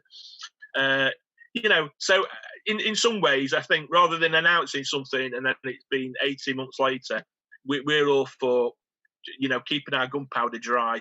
And having a big explosion. It's like, yep, we're announcing it today, and you know what? It's going to be with us in the next 8 weeks. That's where we are now, which is a shame, But I think we've got enough in the pipeline already that we have announced. The other thing as well, we don't want to be seen as one of these retailers who announces loads of things and nothing comes to fruition.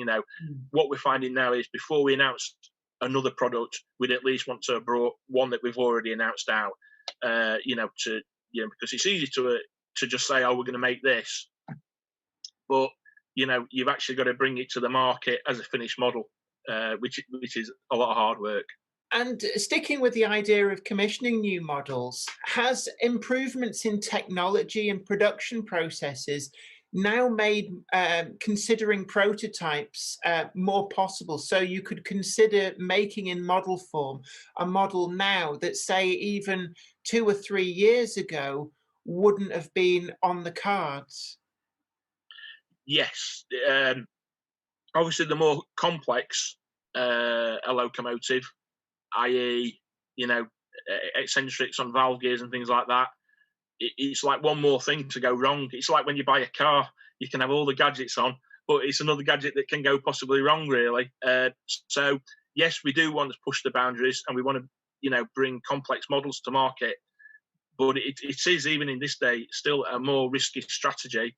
Locos without valve gears are a lot easier to assemble and they're a lot less likely to be faulty. But it doesn't stop us, striving to get these locomotives to market. I mean, there's been a lot. I mean, Andy Forty at Daypol, he's done some fantastic work recently about, the way locomotives connect between loco and tender, without tricky wires or little plugins. This is like a click together, all your wiring's done, for putting the decoder in the loco. Open the smoke box door, little tray comes out, your decoder goes in. These are things that make locos more reliable. And, we're not all as nimble fingered with things. There's a lot of people who, just don't realise how to perhaps handle a locomotive properly. So you've got to sort of, I think when Andy was, I had a chat with him once and he said, what we're trying to do is the things that we get where we get returns, we're trying to think, well, let's make it differently so people can't break them, so that's good. So I think as that sort of side of developments continues, more complexities will come on engines. But I mean, we're talking about things like, I think over the next few years, I think fitted smoke units, but complex smoke units will come on.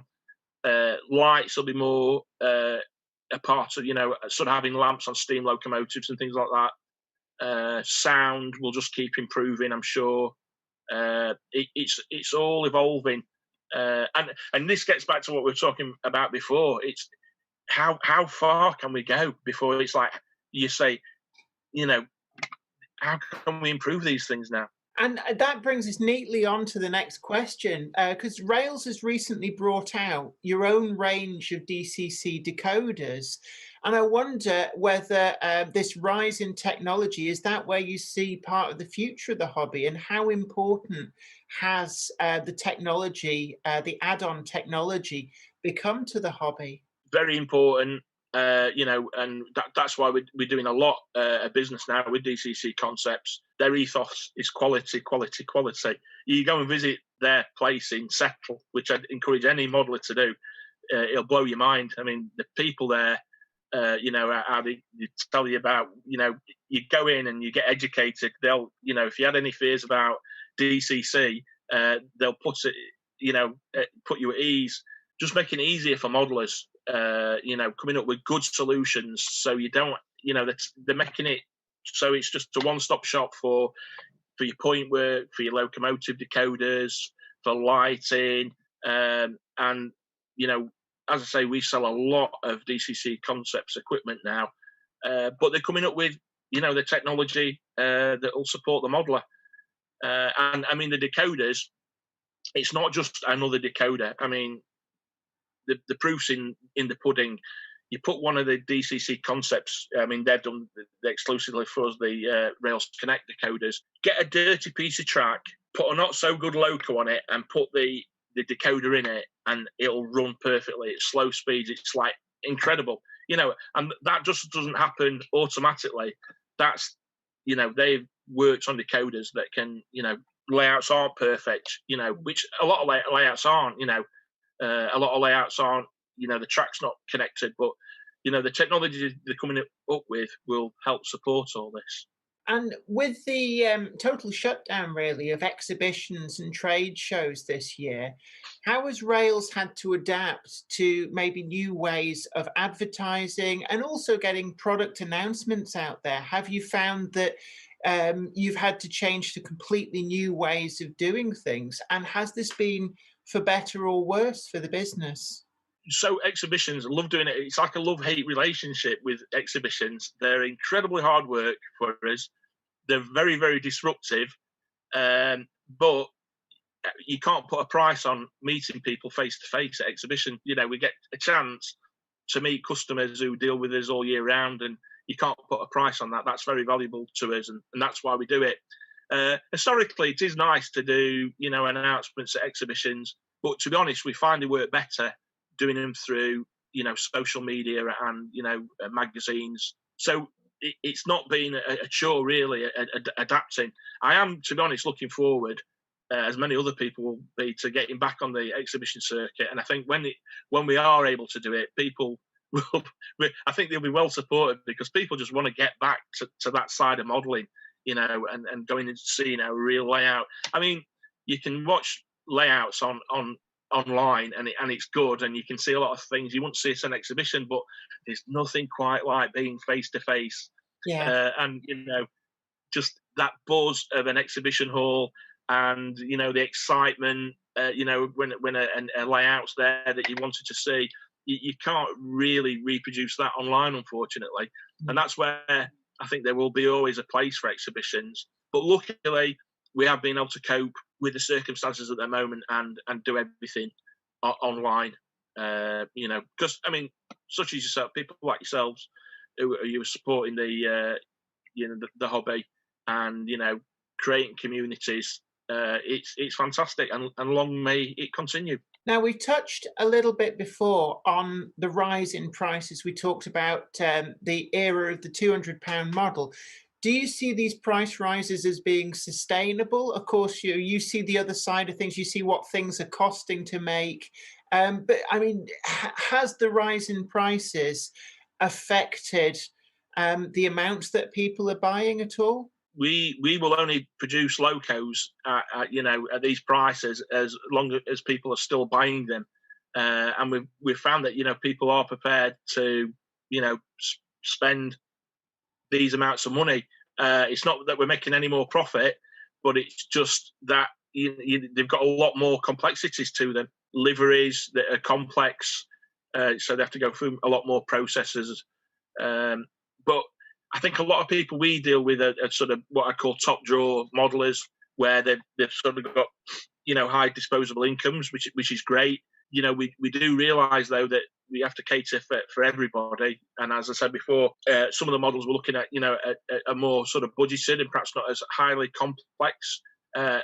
So I think Hornby do a good job of that. In their range, they'll sort of look at the sort of medium range locomotives, and they even start with the railroad entry level locos. So that's getting people encouraged to come into the hobby. But I think where we are, we're at the top end, I'd like to say. So as long as people keep buying, we'll keep getting them made. These models. It's as simple as that. And we're finding that, and a lot of these things that we make, of course, are not they are mass produced, but not mass produced in the way that you think. Going back in over time, a loco, they might make 10,000 units of it. Well, the production runs we do are a fraction of that. But obviously, when you're doing a lower run as well, that comes at a price. If you do a bigger run, you get your price down. But a lot of the models we're doing just wouldn't justify doing thousands and thousands. So you're perhaps getting a model that might be just a one-off and it never gets repeated again. It's like with the Sterling single that we talked about earlier that Rapido did.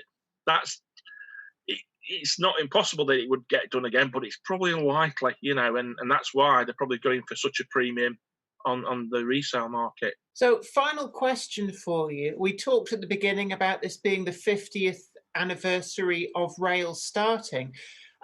What do you see for the next 50 years for rails? What direction do you think the company is going to take? Well, yeah, I'm hoping I can have a few more holidays. As my nephews, take up the reins, so to speak, in the business. I'm looking, in fact, that they've worked from when they came straight out of school, and they're starting to put their own mark on rails as well now. In the way they want to drive it. We've got some massive announcements, not only for product next year, but for all the things that we're doing. So we have got, we're not just sort of content with just sitting where we are. We want to continually push forward and, keep bringing excitement, hopefully, to the hobby. That's what it's all about. I love when we get emails and people compliment on us on what we're doing. It's music to my ears, and it really does. That's what spurs us on, and it's that excitement that really does drive us. It's nice to make money, and that's important because obviously without that we won't be able to survive. But that aside, it is really the thing that really drives all of us in rails is making customers happy and bringing models out that they're really pleased with, or more than pleased with, ecstatic about. That's what it's all about.